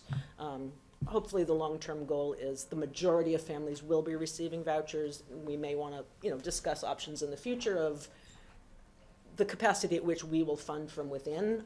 But for this year, I'm just making this recommendation. We continue with our discount policy as stands. The vouchers, the state administration has put more money into the voucher program, so the wait lists are getting a little bit shorter because there's more funding. And families who are considered homeless and families who are working with DCF, whether they're in foster care or have DCF in their lives, those people immediately qualify for a voucher. They don't need to go on a wait list. So as I'm looking at our financial forecast, I'm taking into account all of those families who are currently in my program.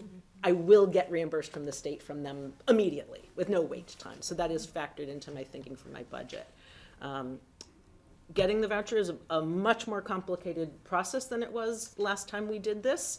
It is akin to being licensed. We are license exempt as a school-run program, but there's a lot of hoops to jump through. It will take monthly administrative work that adds to my admin assistant's load. There's redundancies that just come from bureaucracy of the background records check is stricter for the early childhood programs than the school-age programs. So all extended day staff will have to be re-fingerprinted, re-quarried, even though they have to meet those requirements to work for Shrewsbury Public Schools. So, you know, there's cost to that, there's time to that, there's hassle to that. It's all going to be worth it, but the process has been, you know, complicated, and we're really at the very beginning of it. I did the mandatory training, and I got my portal access to start uploading my documents, and I have a meeting 2 days from now with our, like our voucher representative to help me move forward with next steps and just gather the documents. But with the goal that the sites will all be inspected before the end of the school year so that we'll be able to roll out full, you know, in September. And I think communication is going to be a big piece of that. I can communicate directly to every family right now who's receiving a subsidy saying, here's what you need to do, and I'm going to help you do it. But for families who aren't currently in our program, like, we'll really be working on trying to get word out to the community. You know, if you think you're going to need childcare, if you think you meet these guidelines, you know, please go here. And the voucher organization they are multilingual. They have all their documents in multiple languages, which I do think will help our families access that more efficiently. So all of that's sort of the background to how do I guess what next year's budget's going to look like? So I made some very basic assumptions that enrollment will hold steady. You know, every year that I've guessed enrollment since the pandemic, I've been wrong. I've kind of, you know, predictions have been really, really hard. But assuming enrollment held steady, assuming a up to 3% increase for staff wages, which are commensurate with other increases expected this year. We expect health insurance to increase 9%. I'm not planning on increasing my discretional spending.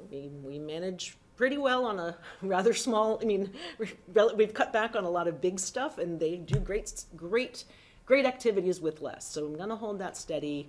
And then again, I planned for that. Folks I know I will be getting a reimbursement for. I took that into account. The goal is always to have a cushion of 3 to 4% of our gross revenue to plan for the unexpected.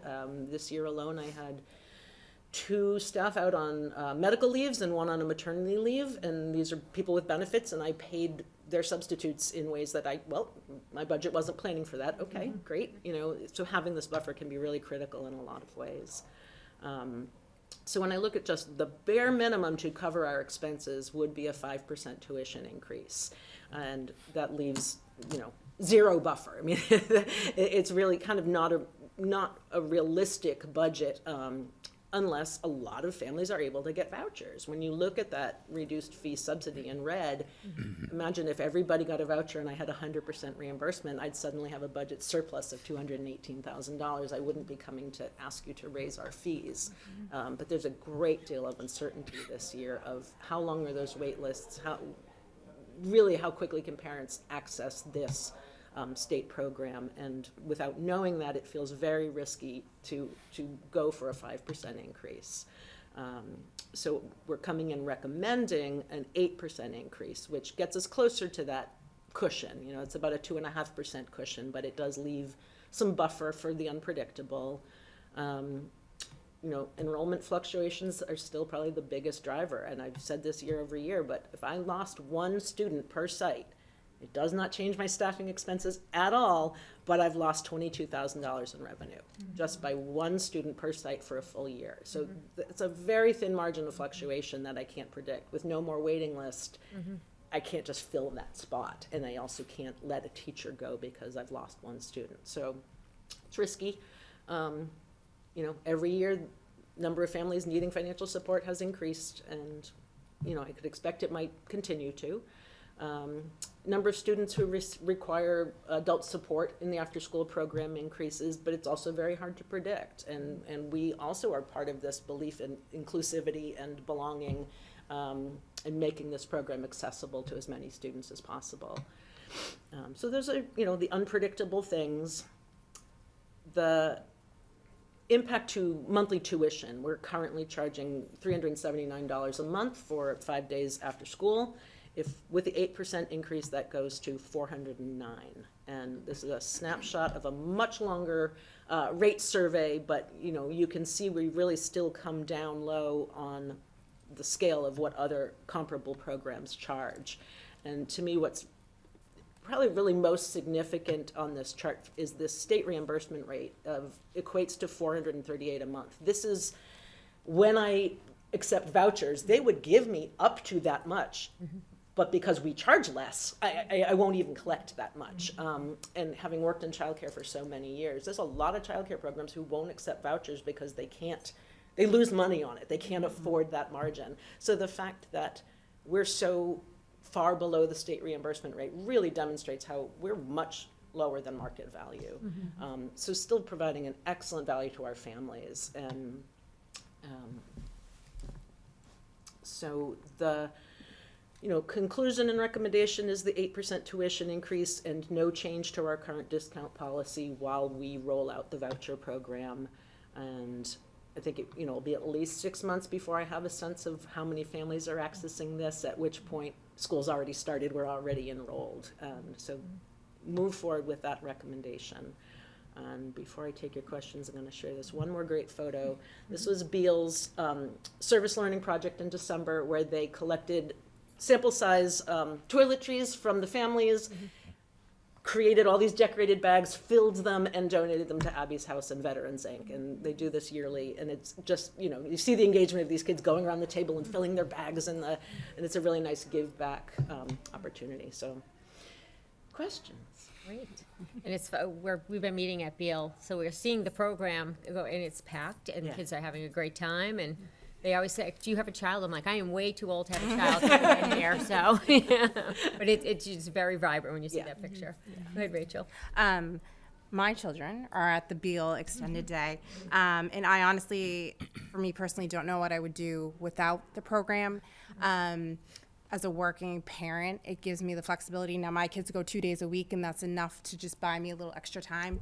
And I can't really imagine that if I was a family that needs to work but could no longer afford this program, and what that would do, because it really does give me a lot. But also for my kids, the program itself is such a good program, and I'm biased because it's Beal, so I think we probably have the best one, but it really is, I have a first grader and a fourth grader, different interests, but it's an opportunity for them to be with different kids. It's they get a lot of the social and emotional part of it too. They make connections, that different connections than they do when they're at school, but also, and I'm sure all the programs do it, but the community service aspect of it has really helped them become better people. That I do hope that by adding the vouchers back in, that will allow families to come back and access this, because I think it's just a benefit to everybody. My one question with it is, I would assume that probably within the next few months, you're going to send out are you coming back to Extended Day, so that you can start to plan that. And with the vouchers, would that 8%, giving that buffer, if we had a surge of families that are like, this is great, this is what I've been looking for, and we went over what we've seen in past years, does that 8% give you enough of that wiggle room, that buffer, that if we needed to hire more staff, that we can afford that? Or for some, I'm thinking Coolidge, or any child that is on an IEP, that their family can access this, and maybe they need a one-on-one aid, so we have to look differently on the staffing. Does that 8% give you enough wiggle room to make those hires? The assumption being, if getting a voucher brings more people on board, then those are fully funded seats. No different than a family paying the private rate. So that does add up. I could take 20 people on vouchers and hire 2 more staff, and that would be fine. I would not need additional funds. And I think that, so the key is that I don't see a huge influx of low-income families coming in at the higher rate. You know, like, there will be some, because people still need childcare, but I think that affordability piece that I'm hoping brings people back, then, to me, then there's no difference other than the paperwork piece, because they will be fully funded slots. Lindsay? And, thank you for all of the time and effort that goes into this. And the pendulum has swung so far because my kids are 5 or 6 years older than Ms. Sharifapour's children, and that was the time when there were wait lists everywhere on your program, and my kids could never get in. And so I always wanted it, and I was on the other side looking in, going, I can't get in.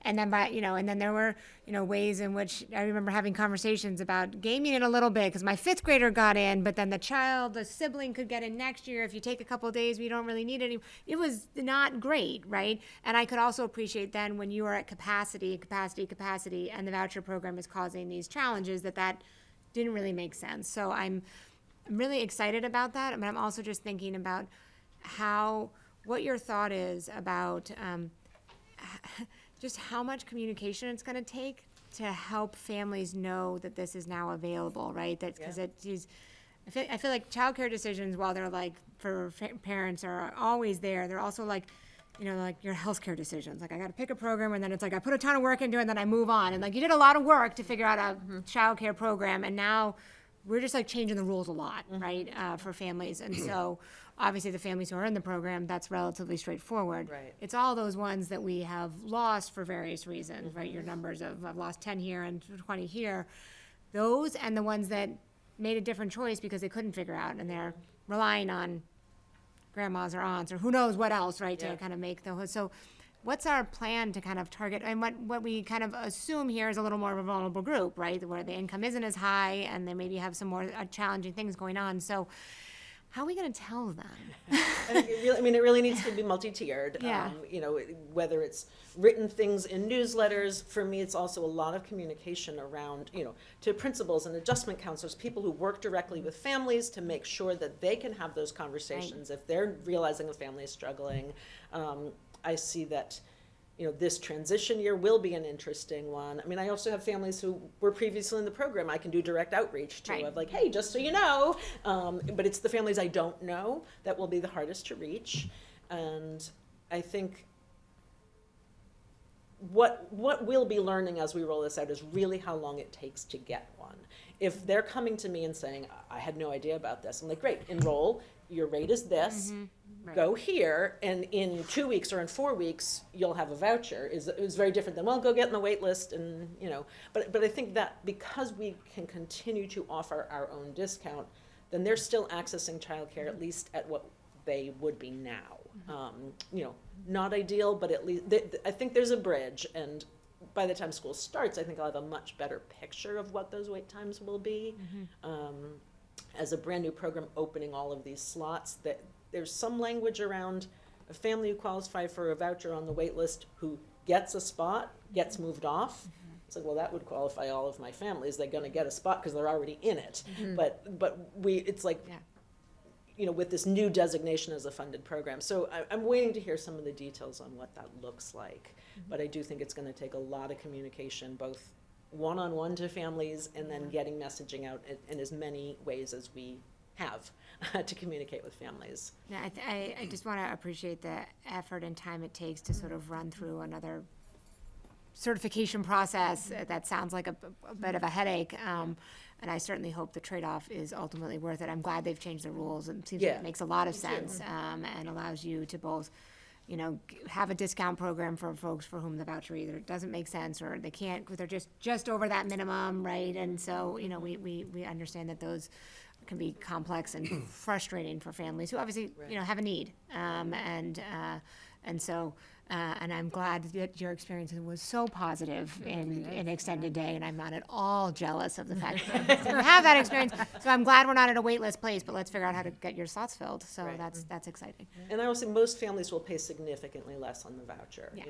A homeless family or DCF family will pay zero. They will not have to pay anything. Right. Other families, they may pay $1 or $2 a day, and I will get the remaining 19 a day. Right. I believe it is if you are 50% or below the state median income, you qualify, but then once you're in, you can remain at it till 85%. So it's not like, ooh, I got a $10 raise, I'm kicked off my voucher. There's a pretty big window once your family qualifies to maintain that, if your income goes up a little bit. So it will give a lot of breathing room to a lot of families. Glad we can finally do it again. And pre-COVID, we never would have thought that there wouldn't be waiting lists. I mean, that was Nope. always, I mean, my kids are much older and there were waiting lists. So, Yeah. and it's, we want, it's a self-funded program, but it fills such a need for the community. And I was very happy to read in your report that we were looking into the voucher program. I didn't realize it was going to be so much work. Again, but bureaucratic work, but thank you for taking the time to do that, because it's gonna make a difference, I hope, for numbers Yeah. for us, and then, families who need this, because they have to go to work and they need their children to be taken care of. So thank you, you run an amazing program, amazing. And now we will move on to our other fees with Mr. Girardi. And just as Mr. Girardi prepares the discussions this evening, the information, I will provide you with a memo with my recommendation in advance of the meeting 2 weeks from this evening, at which time we'll ask you to vote on whatever level of all these Yeah. different fees and tuitions, any changes that you choose to make. Right. I'll communicate to my families that this is the period for public comment and this is the recommendation. Absolutely. Great, thank you. Thank you very much. Thank you, and all those programs are great, but like Ms. Sharifapour, I do have a special place for the Beal and a program as well, so just wonderful stuff they do there. All right. So to continue some fee information, we'll get started here. So what we're presenting tonight, we have two categories of fees that we will be speaking to. The first are fees that tuitions provide partial funding, but do not cover the entire cost of services, where parents pay their piece and then the remainder of that program is funded through the appropriated budget. And that includes fees such as bus transportation, athletics, and preschool. The second category are ones that cover the entire cost of the program, much like the extended day, and they're provided by the school department for conveniences for students and families. Extended day and music lessons are the two where the fees cover the entirety of the service. So it's important that when we're setting fees, these fees are appropriately set to maintain their self-funding status. In terms of our assumptions for the FY25 budget, the budget that was presented by Dr. Sawyer back on February 7th, we made some assumptions for these fees. The fees that provide partial funding, bus, athletics, preschool, we planned as a status quo for the time being. And then the fees, extended school care, music lessons that are fully self-funding, we assume that they will, increases may be made to cover those expected costs. All right. School bus transportation. So we're entering into year 2 of a 5-year contract with AA Transportation with a 6% increase in transportation over the term of this contract. Bus fees were last adjusted in, bus fees were last adjusted from $310 in FY20 to $320 per student in FY22, with fees waived in FY21 due to the pandemic.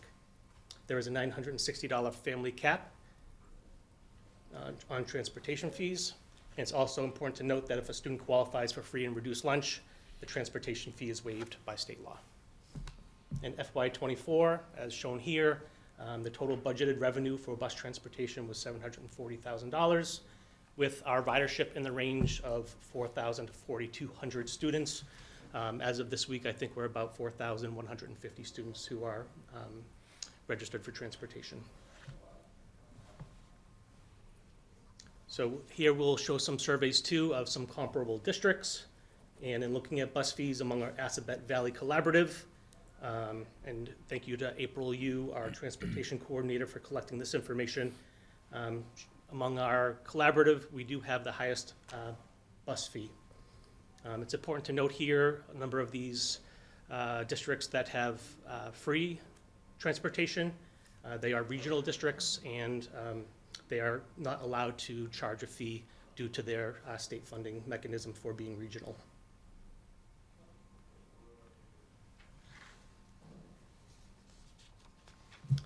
You know, I attended a MASBO conference this morning. That's our school business manager consortium.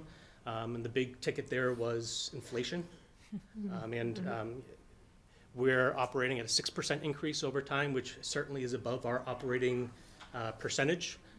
Some of the contracts that are being settled now with some of our participating Assabet Valley Collaborative folks, they would really like a 6% increase. So I'm anticipating those districts really having some deep conversations about their fee structure as they're trying to tackle the increases in their transportation costs over the next handful of years. Okay, our athletic fees at the high school. We last adjusted our athletic fees in FY22 from $275 per sport to our current $325 per sport, with a family cap at the high school of $975. Students eligible for free or reduced lunch prices, their cost per sport is $50 with a $150 family cap.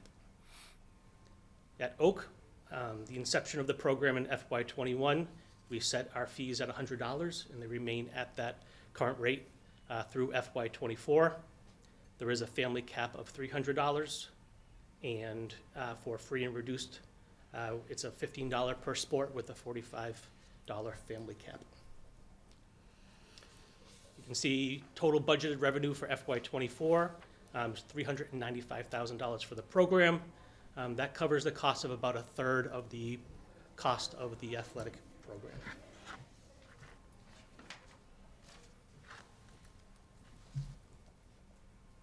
Again, a survey here for where Shrewsbury lands as far as the Mid-Watch League, the Midland Wachusett League, in which they participate in for athletic fees. You see highlighted in yellow are $325 per sport. That puts us, tied for third. Depending on the sport that you would play in some other towns, it could be higher than that if looking at the Brumfield notes there.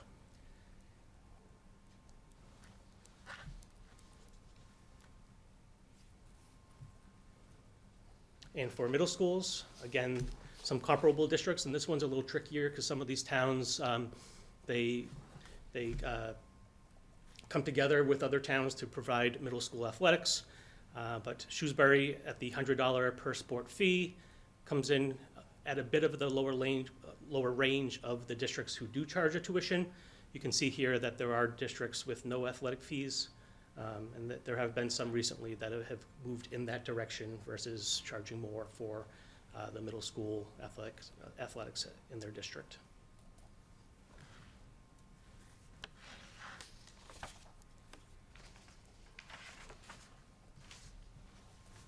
All right, preschool tuitions. So here we have fees for 3 half-day per week program that was last adjusted in FY22 to the current $2,910 for that program. As you can see here, it's an estimated total of $425,000 in revenues. We also use a state-derived sliding scale as a standard to offer discounts to families who have an economic need. Some cost factors for preschool are teacher salary rates will increase by 2.25% per the collective bargaining agreement. Currently in negotiations with the Shrewsbury Paraprofessional Association, our preschools, we do have a strong amount of paraprofessionals who support that program and do great work. And then health insurance cost increases are trending again at about 8 to 9% for FY25. Again, here's a survey. This one is not a ranked survey because there's different tuitions based on how many days a week that different programs offer. So here's Shrewsbury in comparison to some local preschool programs.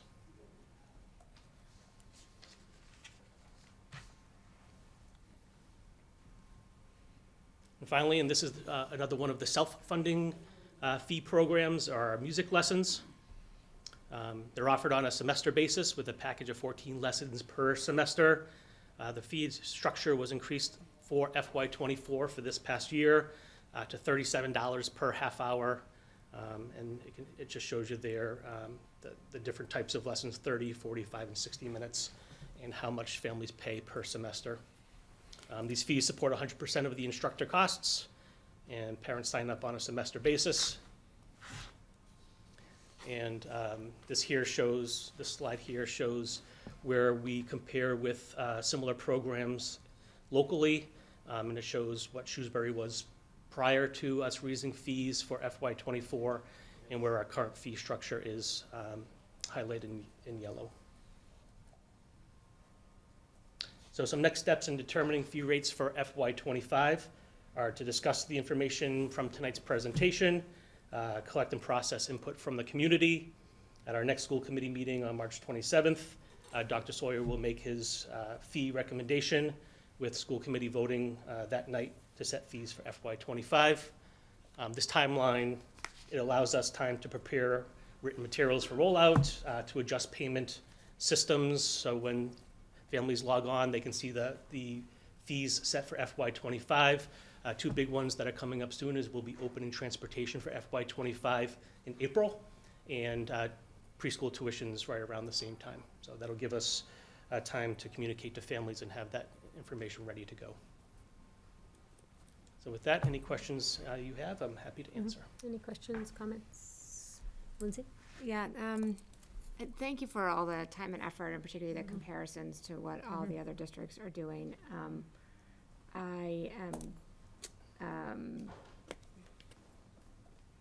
I'm really unhappy with the community that we are, Shrewsbury, that has a residential income base that we know when we look at some of our demographics compared to other communities that we have fees as high as we do. And that we are asking families to pay for things that in other communities are entirely free. And so we made a big chunk at it at the activity fee a few years ago. I think that was the absolutely right thing to do. I think trying to get the transportation piece sorted out with the school bus late in the afternoon is sort of, again, going there. And then in my mind, we speak in the opposite direction around sports and athletics that I think are so critical for kids. And I think our fees are too high. Particularly on sports, I want more kids in our middle school program, not fewer. I recognize we have a capacity problem. I recognize it costs money to run them, right? And so I'm not divorced from that. But I also know that our fees, even with our fees, our participation rates are so high that we're looking at programs like, track or DECA or some of these programs and now are making them a competitive cut program, right? And so there's still a huge interest, right? And maybe we need to be investing more there, and yet we have this problem of fees. And so I'd love to understand a little bit more about what percentage of all of our kids, and particularly I'm thinking about middle school and high school, currently are receiving free and reduced lunch. I have some metrics in my head that I kind of know, and I don't know what that one is. And then what percentage of the kids involved in sports are in that? I'm trying to understand proportionally. Is that offset working? I worry a lot about stigma and kids who maybe need it, and now that lunch is going out to everybody for free, and I know there's been some work on the back end at the state level to make sure we know who those kids are, but if that's a barrier for kids to actually, and for families to get that lower rate, I think our bus fees are exorbitant. As a family with 3 kids, it is a lot of money to have a cap that comes close to $1,000. It's just crazy. I say that with all love for people in the room, and I know exactly how we got here, and I voted on them every year. And I'm still just like, when do we stop, right? And when do we say this is the wrong direction? So I'm struggling. I really hope we hear from families about these different things. Frankly, even the music lessons, which I recognize are entire pass-through. I had a kid who was in the music program and playing an instrument, and when his interest waned even a little bit, I said, we're done, because I don't want to pay the money for you. And I don't know that I made the right choice as a parent, and maybe you were just bored for a couple of weeks, but it was still something that would have really developed for you. And so I know how we are here. I don't like it, and it's not where I want us to be. And so I'm really feeling as I go through each one of these, the number of ways families have to make choices about what's most important. I imagine getting your kid to school is really important for a lot of people, but then I look at the lines that we have for drop-off, and I'm like, maybe it's because the bus fees are so high. So each of these just has this like cumulative effect of making a choice about a sport, making a choice about a music program, and so maybe you're putting your kid in chorus because you don't want to pay the instrument fee, and that's. I'm sitting here tonight just not happy with where this is, and recognizing at the same time we have a budget problem, right? And inflation is hitting, and athletic folks who are coaching need their stipends to go up. So I know all of that, and yet asking families over and over again in lots of different ways. I don't know that I can. I don't know how I can get behind increases to a bunch of these. It worries me. Tuition-based programs feel different, right? In our preschool program, when you look at comparatively, that otherwise everybody is paying in the private market, and it seems like, I'm not sure where the recommendation is going to fall, Dr. Sawyer, exactly on what an increase might look like. It feels like on the 5-day a week, we're pretty much in market. If we're not covering the cost of that feels a little different, but it also doesn't feel, for a publicly run program. A private program is, of course, different and not really as apt of a comparison. So I'm grandstanding a little bit, but I don't know where I'd come to say, even though I recognize all the tension, is this the right place that we should be closing the gap? Rachel? I also agree to that as a family that has 3 kids, and 3 kids that may want to play sports, and 3 kids that take the bus, and 3 kids that may also want to take a music lesson. It's a lot of money. So I also don't know where I stand with that. But on the other hand is we also have a district where we have a great music program, and we have a great athletics department. It may not include some kids that would otherwise, this is something that they can't do because of the cost, even with the free and reduced amount. But, like I'm looking at Oak, and, one of the increases, it's a big jump. One of well, actually all of them. Number-wise, it's a huge jump, a 50% increase, and it goes up from there. But we've invested a lot in the athletic department there, and some of that offsets that we now have. We don't just have one sport there, we have multiple sports. We need somebody to navigate that. So some of the, while it's a hard pill to swallow, and I'm not, I don't want to put necessarily the cost on families, there's also, I'm stuck between having us have this cost with also running like good programs, because there's a give and take somewhere, and I don't know where that is, that we have both, right? Yeah. Yeah, I just think about the years that we've been dependent on fees to mitigate the costs to run this district. Prior to the May of 2021 override, it was the carry forward budget was one number, and then, what we landed on for appropriated budget was far less, and then we were trying to bridge a gap. So we've been dependent on fees for a long time. It just goes back 10, 15 years, before my time on the committee. So no one likes fees. I certainly don't. I don't want to see fees increase, but I also don't see any way around some of that based on, how our budget is structured in town. So, yeah, it's a tough discussion. Every year we have it, and definitely want to hear from the community on this one for sure. I also agree it's a very tough discussion with 2 kids in the schools and paying athletic fees and other fees for, music lessons and so forth.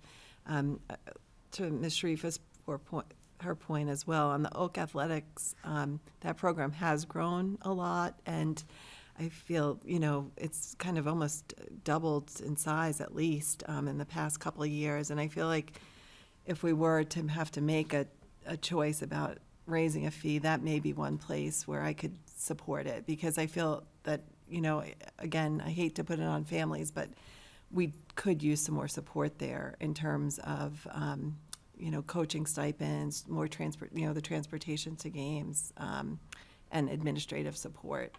So, and that program does seem to be below market in terms of fees as well. So, And I can remember when we started fees, before I was on the committee, but my children in school, and we were starting to add fees, and it was to fill that need, because otherwise we might not have had the programs. So we started feeing, we became very dependent on fees as we got deeper into the last override. And then when we had the override, that hole was so big that we had to fill, we couldn't get rid of the fees that we would love to have gotten rid of, because I do think it's a burden for families, especially now with the cost of living, and you go to the grocery store, you can't believe what you spend, so then you're spending bus fees, and you want your children to participate, but I'm sure it's prohibitive. For some families, they don't qualify for maybe that free and reduced lunch, but they still can't afford the fee. So I think we always have to be mindful of that in-between piece, and it is hard, because we've always been one of the highest fee districts in the state.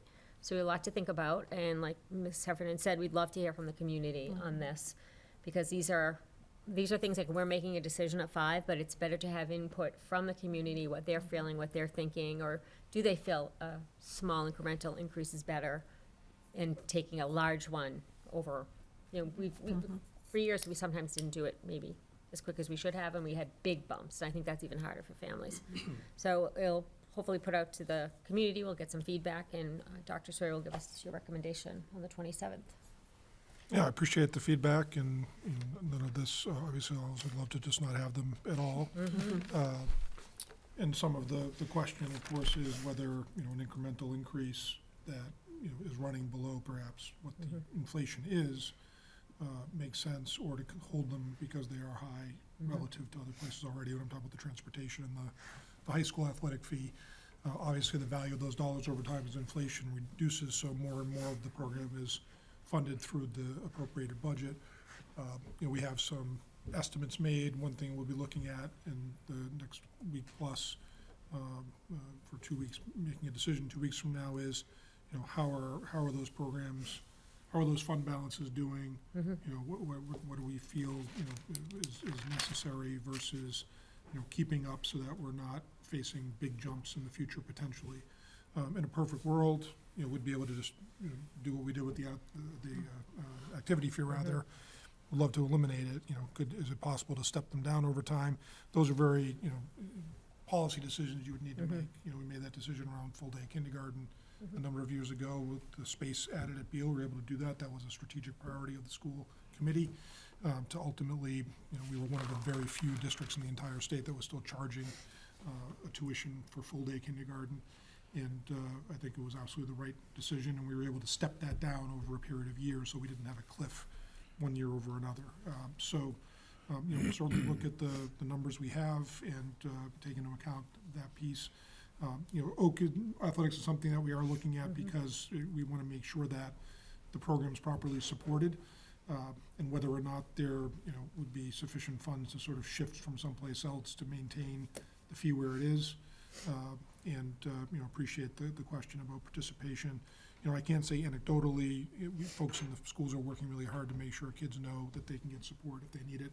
The discounted rate, and if nothing beyond that, I know athletic boosters have been generous in the past of subsidizing families who are really in need to make sure kids are not playing because of that. But we don't know if we pick up everybody. Without doubt, there are some kids and families who make a choice not to participate. That's definitely a real impact of having fees of some level. We'll look at the information, and we'll come back to you in 2 weeks with the recommendation for fiscal '25.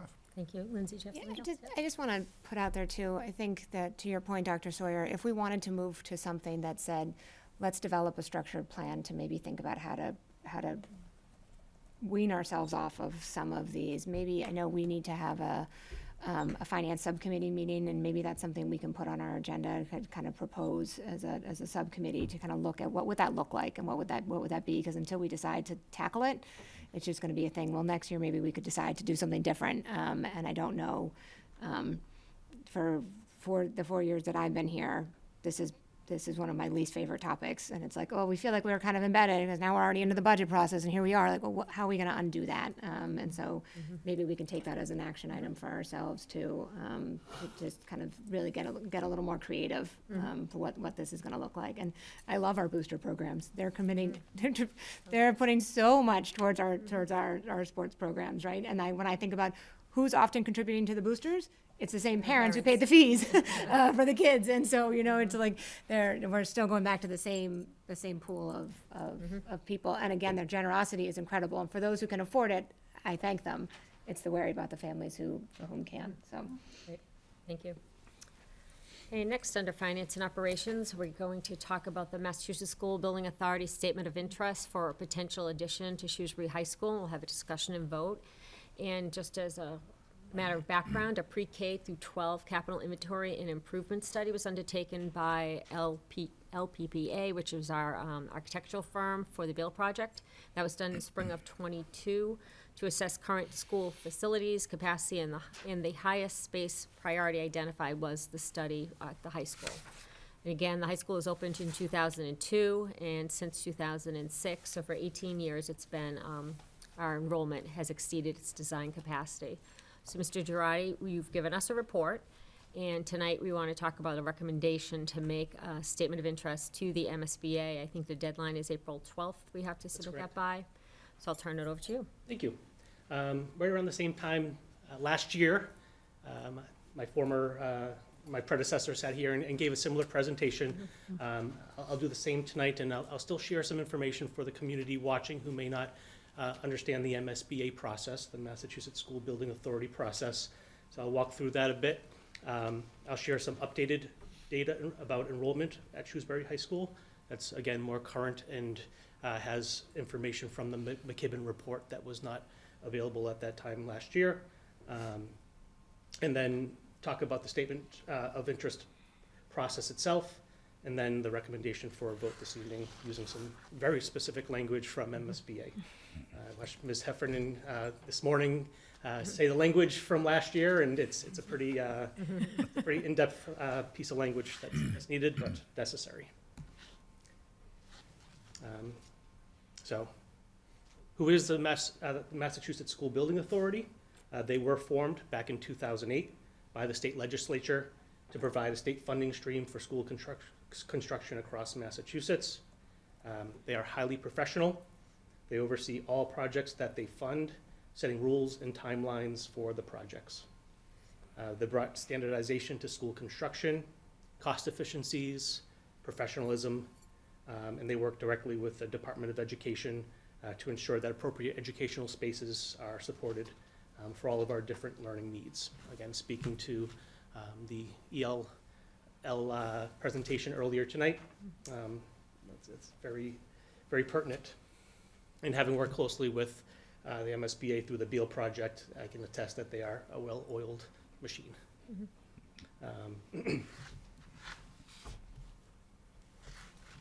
Town of Shrewsbury has completed 2 projects with MSBA since their inception in 2008. We did the Sherwood Middle School and the Beal School, and currently we're working with them in an accelerated repair program to replace the Oak Middle School windows. When they do grant funding, it's based on a community's socioeconomic status with a range of state financial support from MSBA from a base of 31% for some more affluent communities to 80% eligible costs for towns and communities that would require more funding. As a point of reference, Major Howard W. Beal School, the reimbursement rate was 54.86% of the eligible costs for that construction.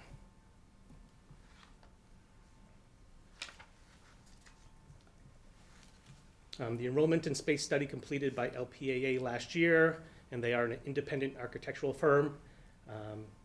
They did identify Shrewsbury High School as the greatest priority due to its overcrowding between its design capacity and its enrollment.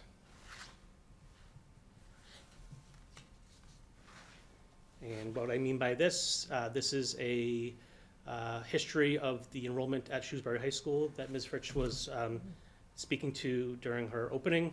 When the building opened in 2002, we had 1,135 students. And you can see the top line in red, the original design capacity was for 1,475 students. So when we opened, there was about a 300 student cushion to capacity. Shortly thereafter, 3 years later in 2005 is where we were pushing capacity of the school. And by 2006, we were above capacity, and we've remained there ever since. In 2020, we had our high water mark at 1,885 students. It's persisting right around that level now, with a projection at 1,900 students for next school year. So if that projection holds true, that would be the new high water mark. The static green line is the contemporary design capacity. And what that means is the space allocations now are greater based upon subpopulations of special education students, English language learner spaces, and other needs. Shrewsbury High School has their educational spaces scheduled 99% of the day, 99% of the time. And as a point of reference, best practices for high schools should operate at about 80% capacity.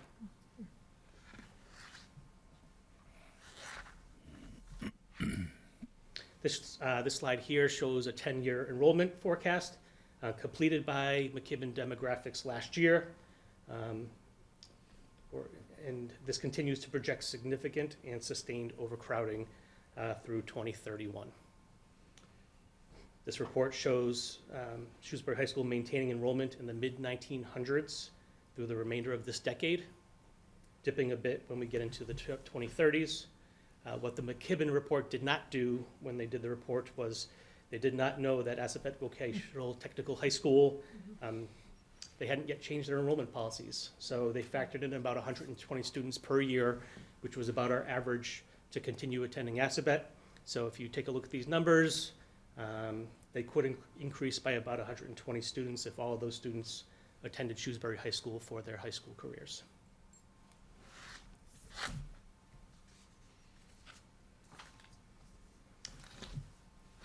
So what does working with MSBA mean? If you're fortunate to be selected, it's a 6-year process from start of the eligibility period to finish. So it's a very prescriptive process. If the school committee and select board vote to submit a statement of interest, we wouldn't find out until December of this year.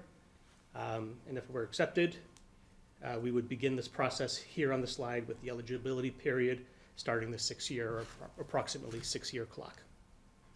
It's a long period of time, and looking at the numbers on the previous slide, it would still be years of enrollment at the high school with numbers in the mid-1900s before the space issues would be addressed.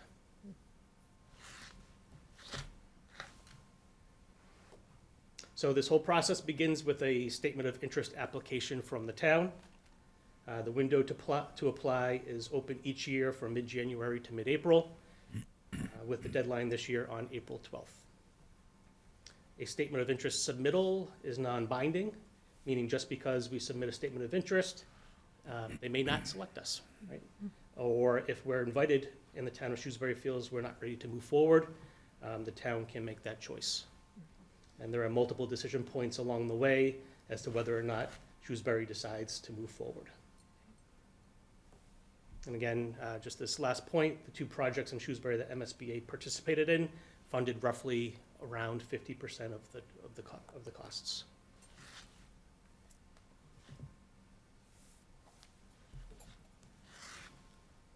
It's a busy slide here, but this is information that MSBA puts out each year that tells us about the projects that they've done since they've opened, since the program began in 2008. In 2023, there were 63 core program projects that were, or applications that they accepted, with 19 of them moving forward into the eligibility phase. So it's about 30% of the applicants were invited into the process. Out of the 19 selected schools, selected projects, the school ranged in age from the oldest being 1922, right, the year of Old Beale when they were invited in, to 2007. So with Shrewsbury High School being 2002, there are schools that are being invited in. You know, age is not a defining factor. It is a factor, but it is not ultimately a determining factor when they make their decisions.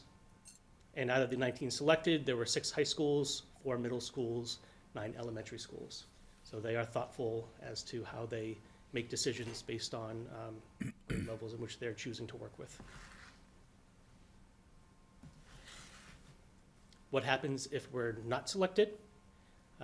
We can wait for the 2025 MSBA Statement of Interest cycle to consider resubmitting a statement of interest.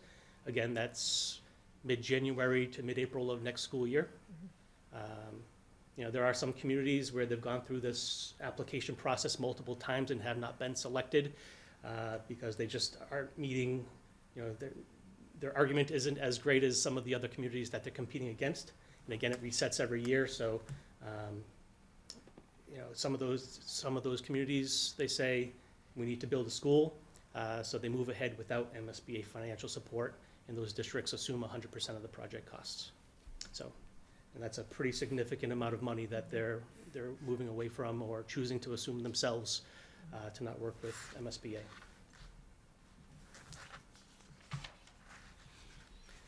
So the recommendation is that the school committee vote to submit a statement of interest for the high school using 3 of their 8 priorities. Priority 2, which is severe and persistent overcrowding. The charts shared earlier speak well to this priority. Priority 5, which is the replacement, modernization of the roof and HVAC systems, nearing the end of life and incorporating new energy efficient systems. The school is well maintained, but it's 22 years old or approaching 22 years old when it opened in the fall of 2002. If this project were to successfully move forward, it would be 28 years old upon replacement, potentially even older. This is the time frame for end of life for some of these major infrastructure pieces. If MSBA does not participate, chances are that we're going to need to address some of these major pieces regardless of if we have their state funding or not.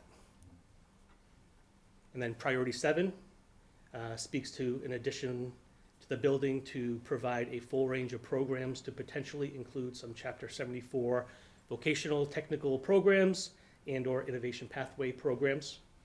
This speaks to the lack of vocational technical programming that we now have.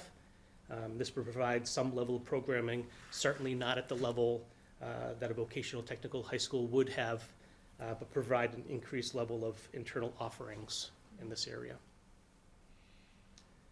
So the recommendation would be to use these 3 priorities. So if the school department, or the school committee, after discussion, if you were to vote affirmatively to support the statement of interest, then the MSBA requires an affirmative vote from the select board. So MSBA would understand that there's full consent from the municipal side as well, that the full town supports this in a consent manner.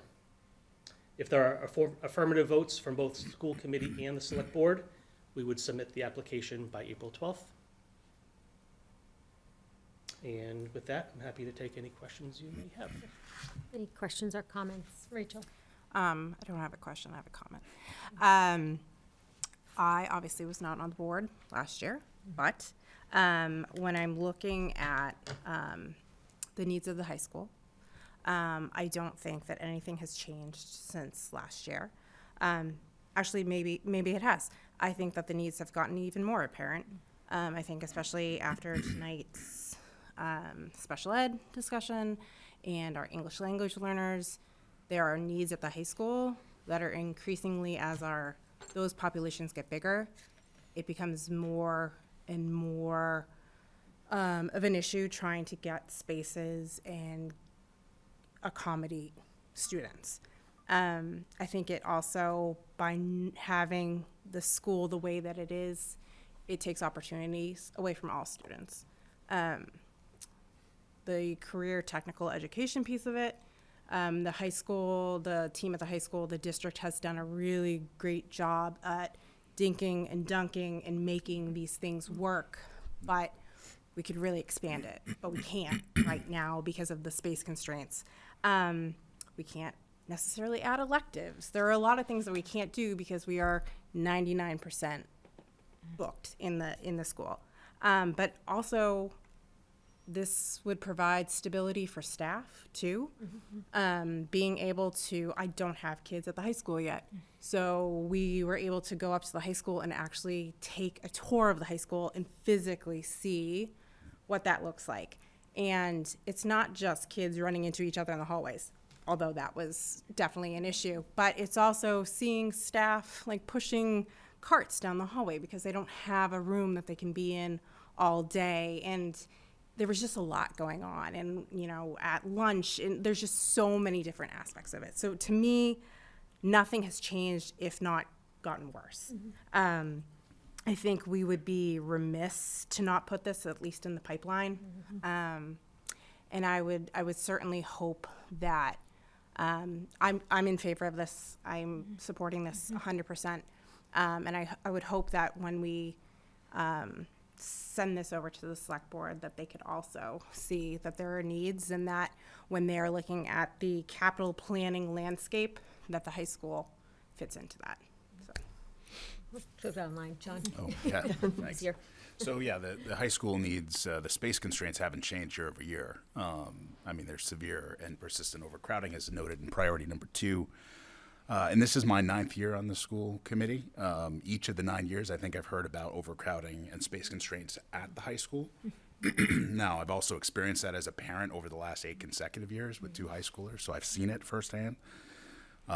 We had other needs 9 years ago. You know, we had severe space constraints in the elementary level, right? And we did submit to MSBA to address those constraints. They were recognized as significant, and our town was the beneficiary of that 50% reimbursement towards the cost of a new elementary school that opened in 2021.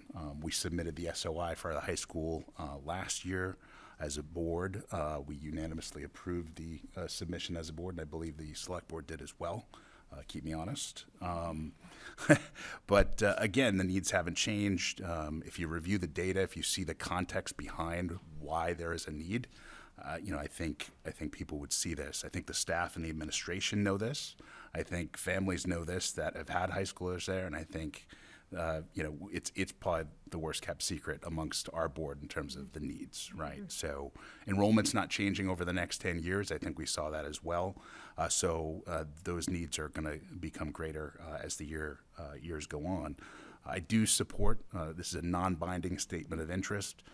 It is the financially responsible next step in this process to see if MSBA will recognize these space constraints and grant us entry into this process. As Mr. Rappaport said, you know, I do hope that we'll get the same level of support from the select board as we did last year. And at the end of the day, the residents need to make the decision as to whether or not the high school needs are justified. The voters ultimately will decide that. So. Yeah. I also continue to support submitting a statement of interest regarding Shrewsbury High School renovation project. We, as Ms. Rappaport said, we recently had the opportunity to tour the building, and this was during the morning entry of students and during passing time.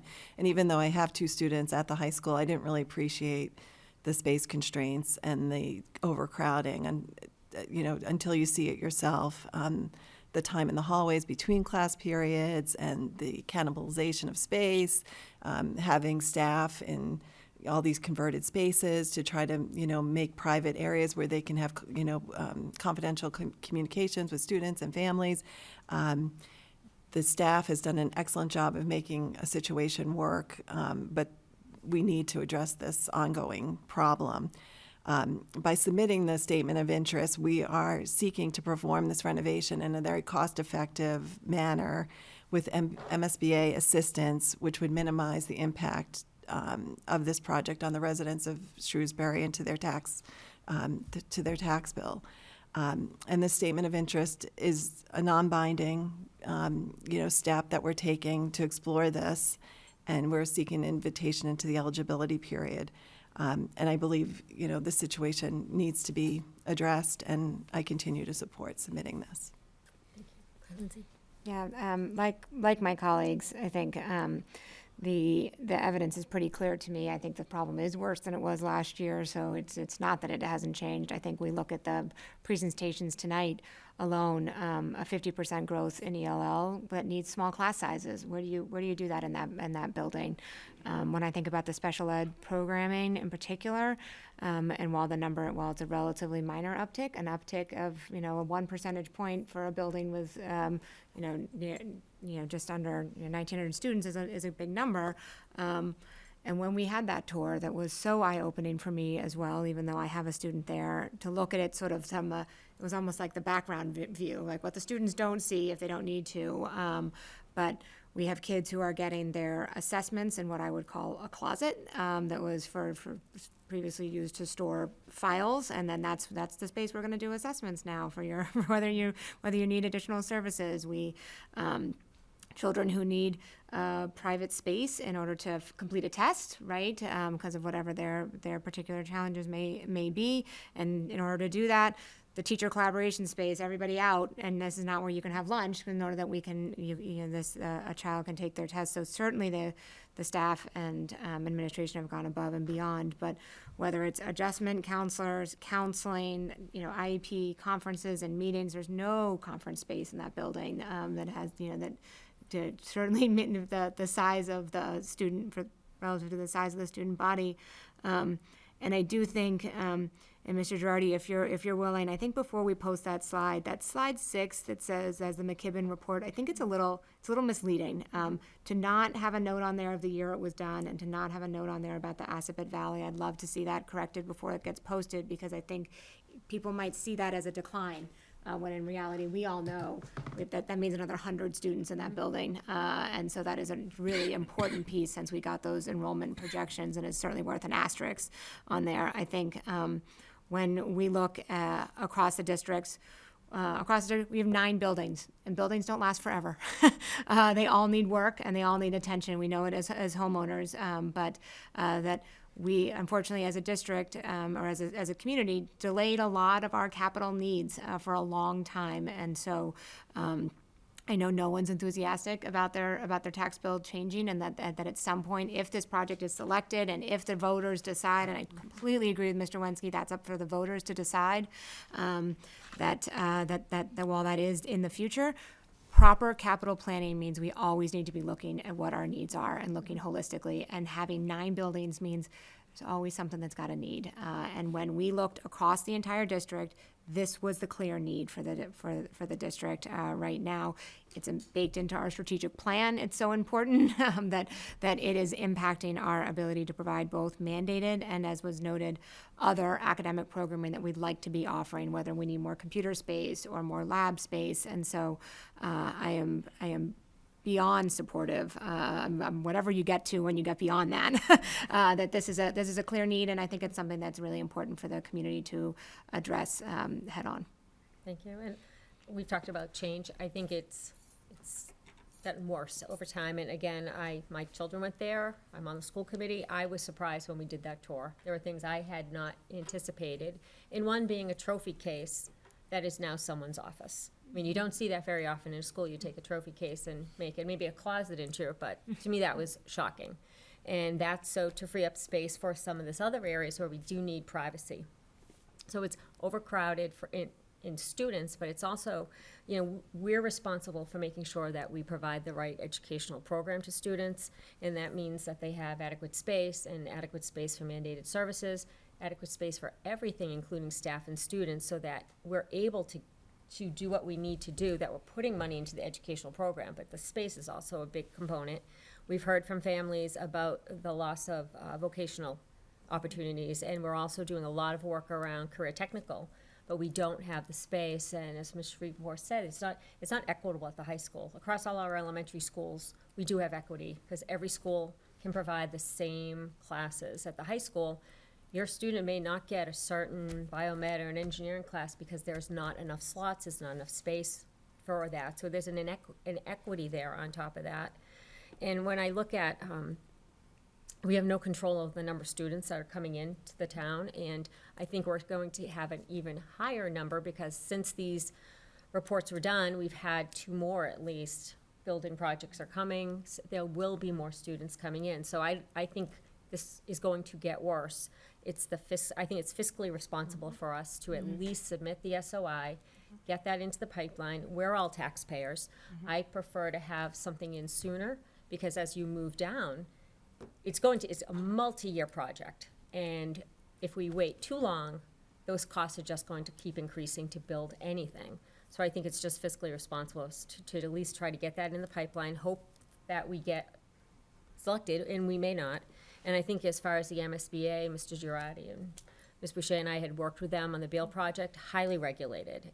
This is a process that is always check and balance. It's well done, and our town has a reputation of building under budget. Hopefully that will continue as we go forward, but I think that's the type of community we are. And I really do support this. It's definitely needed, and we just have to make sure that we're looking at everything, like you said, looking at the full capital plan, but where does this fall? And this is a need that has been 18 years in growing. So I fully support this, and I hope that we can move forward with the select board and have them take a look at this information and have a positive vote that way as well. Dr. Sawyer, anything from you?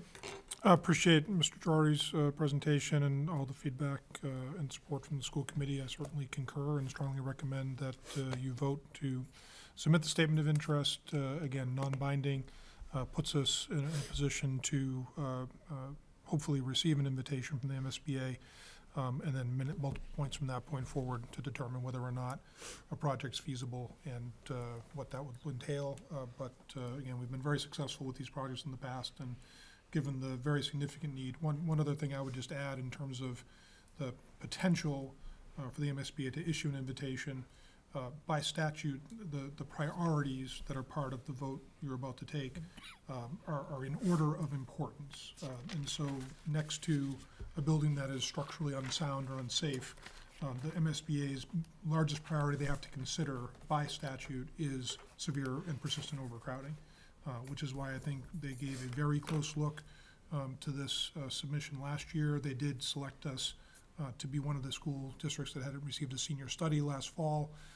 And all indications were that they gave very serious consideration to potentially inviting us this past year. Ultimately, they decided a different mix of projects is where they were spending their budget for this year. And beyond that, it does a 6-year window of time, roughly 5 to 6, and there's a timeline linked in your materials on the memo you received from Mr. Girardi. There could be as much as a year swing time between a faster track versus a slower track. Once that piece, the eligibility phase would be the soonest that we would start would be March after a December invitation, and potentially even as late as the following August. So there's really some range there as well. But all of that will get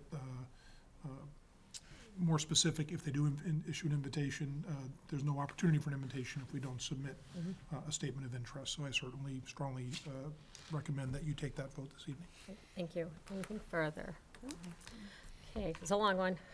May I request a motion that having convened in an open meeting on March 13th, 2024, prior to the SOI submission closing date, the School Committee of Shrewsbury Public Schools, Town of Shrewsbury, Mass., in accordance with its charters, bylaws, and ordinances, has voted to authorize the superintendent to submit to the Massachusetts School Building Authority the statement of interest form dated April 2024 for Shrewsbury High School located at 75 Cypress Avenue, which describes and explains the following deficiencies and priority categories for which an application may be submitted to the Massachusetts School Building Authority in the future to alleviate persistent severe overcrowding, which is priority number 2, to replace and modernize the school's roof and HVAC systems, which are near end of life, and install new energy efficient systems, priority number 5, to provide an addition to the school so that a full range of programs, including technical training via Innovation Pathways programs and/or Chapter 74 vocational technical programs, priority number 7, and hereby further specifically acknowledges that by submitting this statement of interest form, the Massachusetts School Building Authority in no way guarantees the acceptance or the approval of an application, the awarding or a grant or any other funding commitment from the Massachusetts School Building Authority, or commits the town of Shrewsbury to file an application for funding with the Massachusetts School Building Authority. So moved. Second. All those in favor, please say aye. Aye. Motion carries unanimously. And the next step, we will submit a formal letter to the select board and ask them to take a vote on this SOI as well. So thank you, Mr. Girardi. Okay, I think we have our minutes, if I can get there. Okay, we have our minutes from our school committee meeting held on February 28th, 2024. Any changes or corrections? Nope, being none, those can be marked as accepted as distributed. And we do need to go into executive session this evening for the purpose of addressing Massachusetts General Law, Chapter 30A, Section 21A7, to comply with or act under the authority of any general or special law or federal granted aid requirements.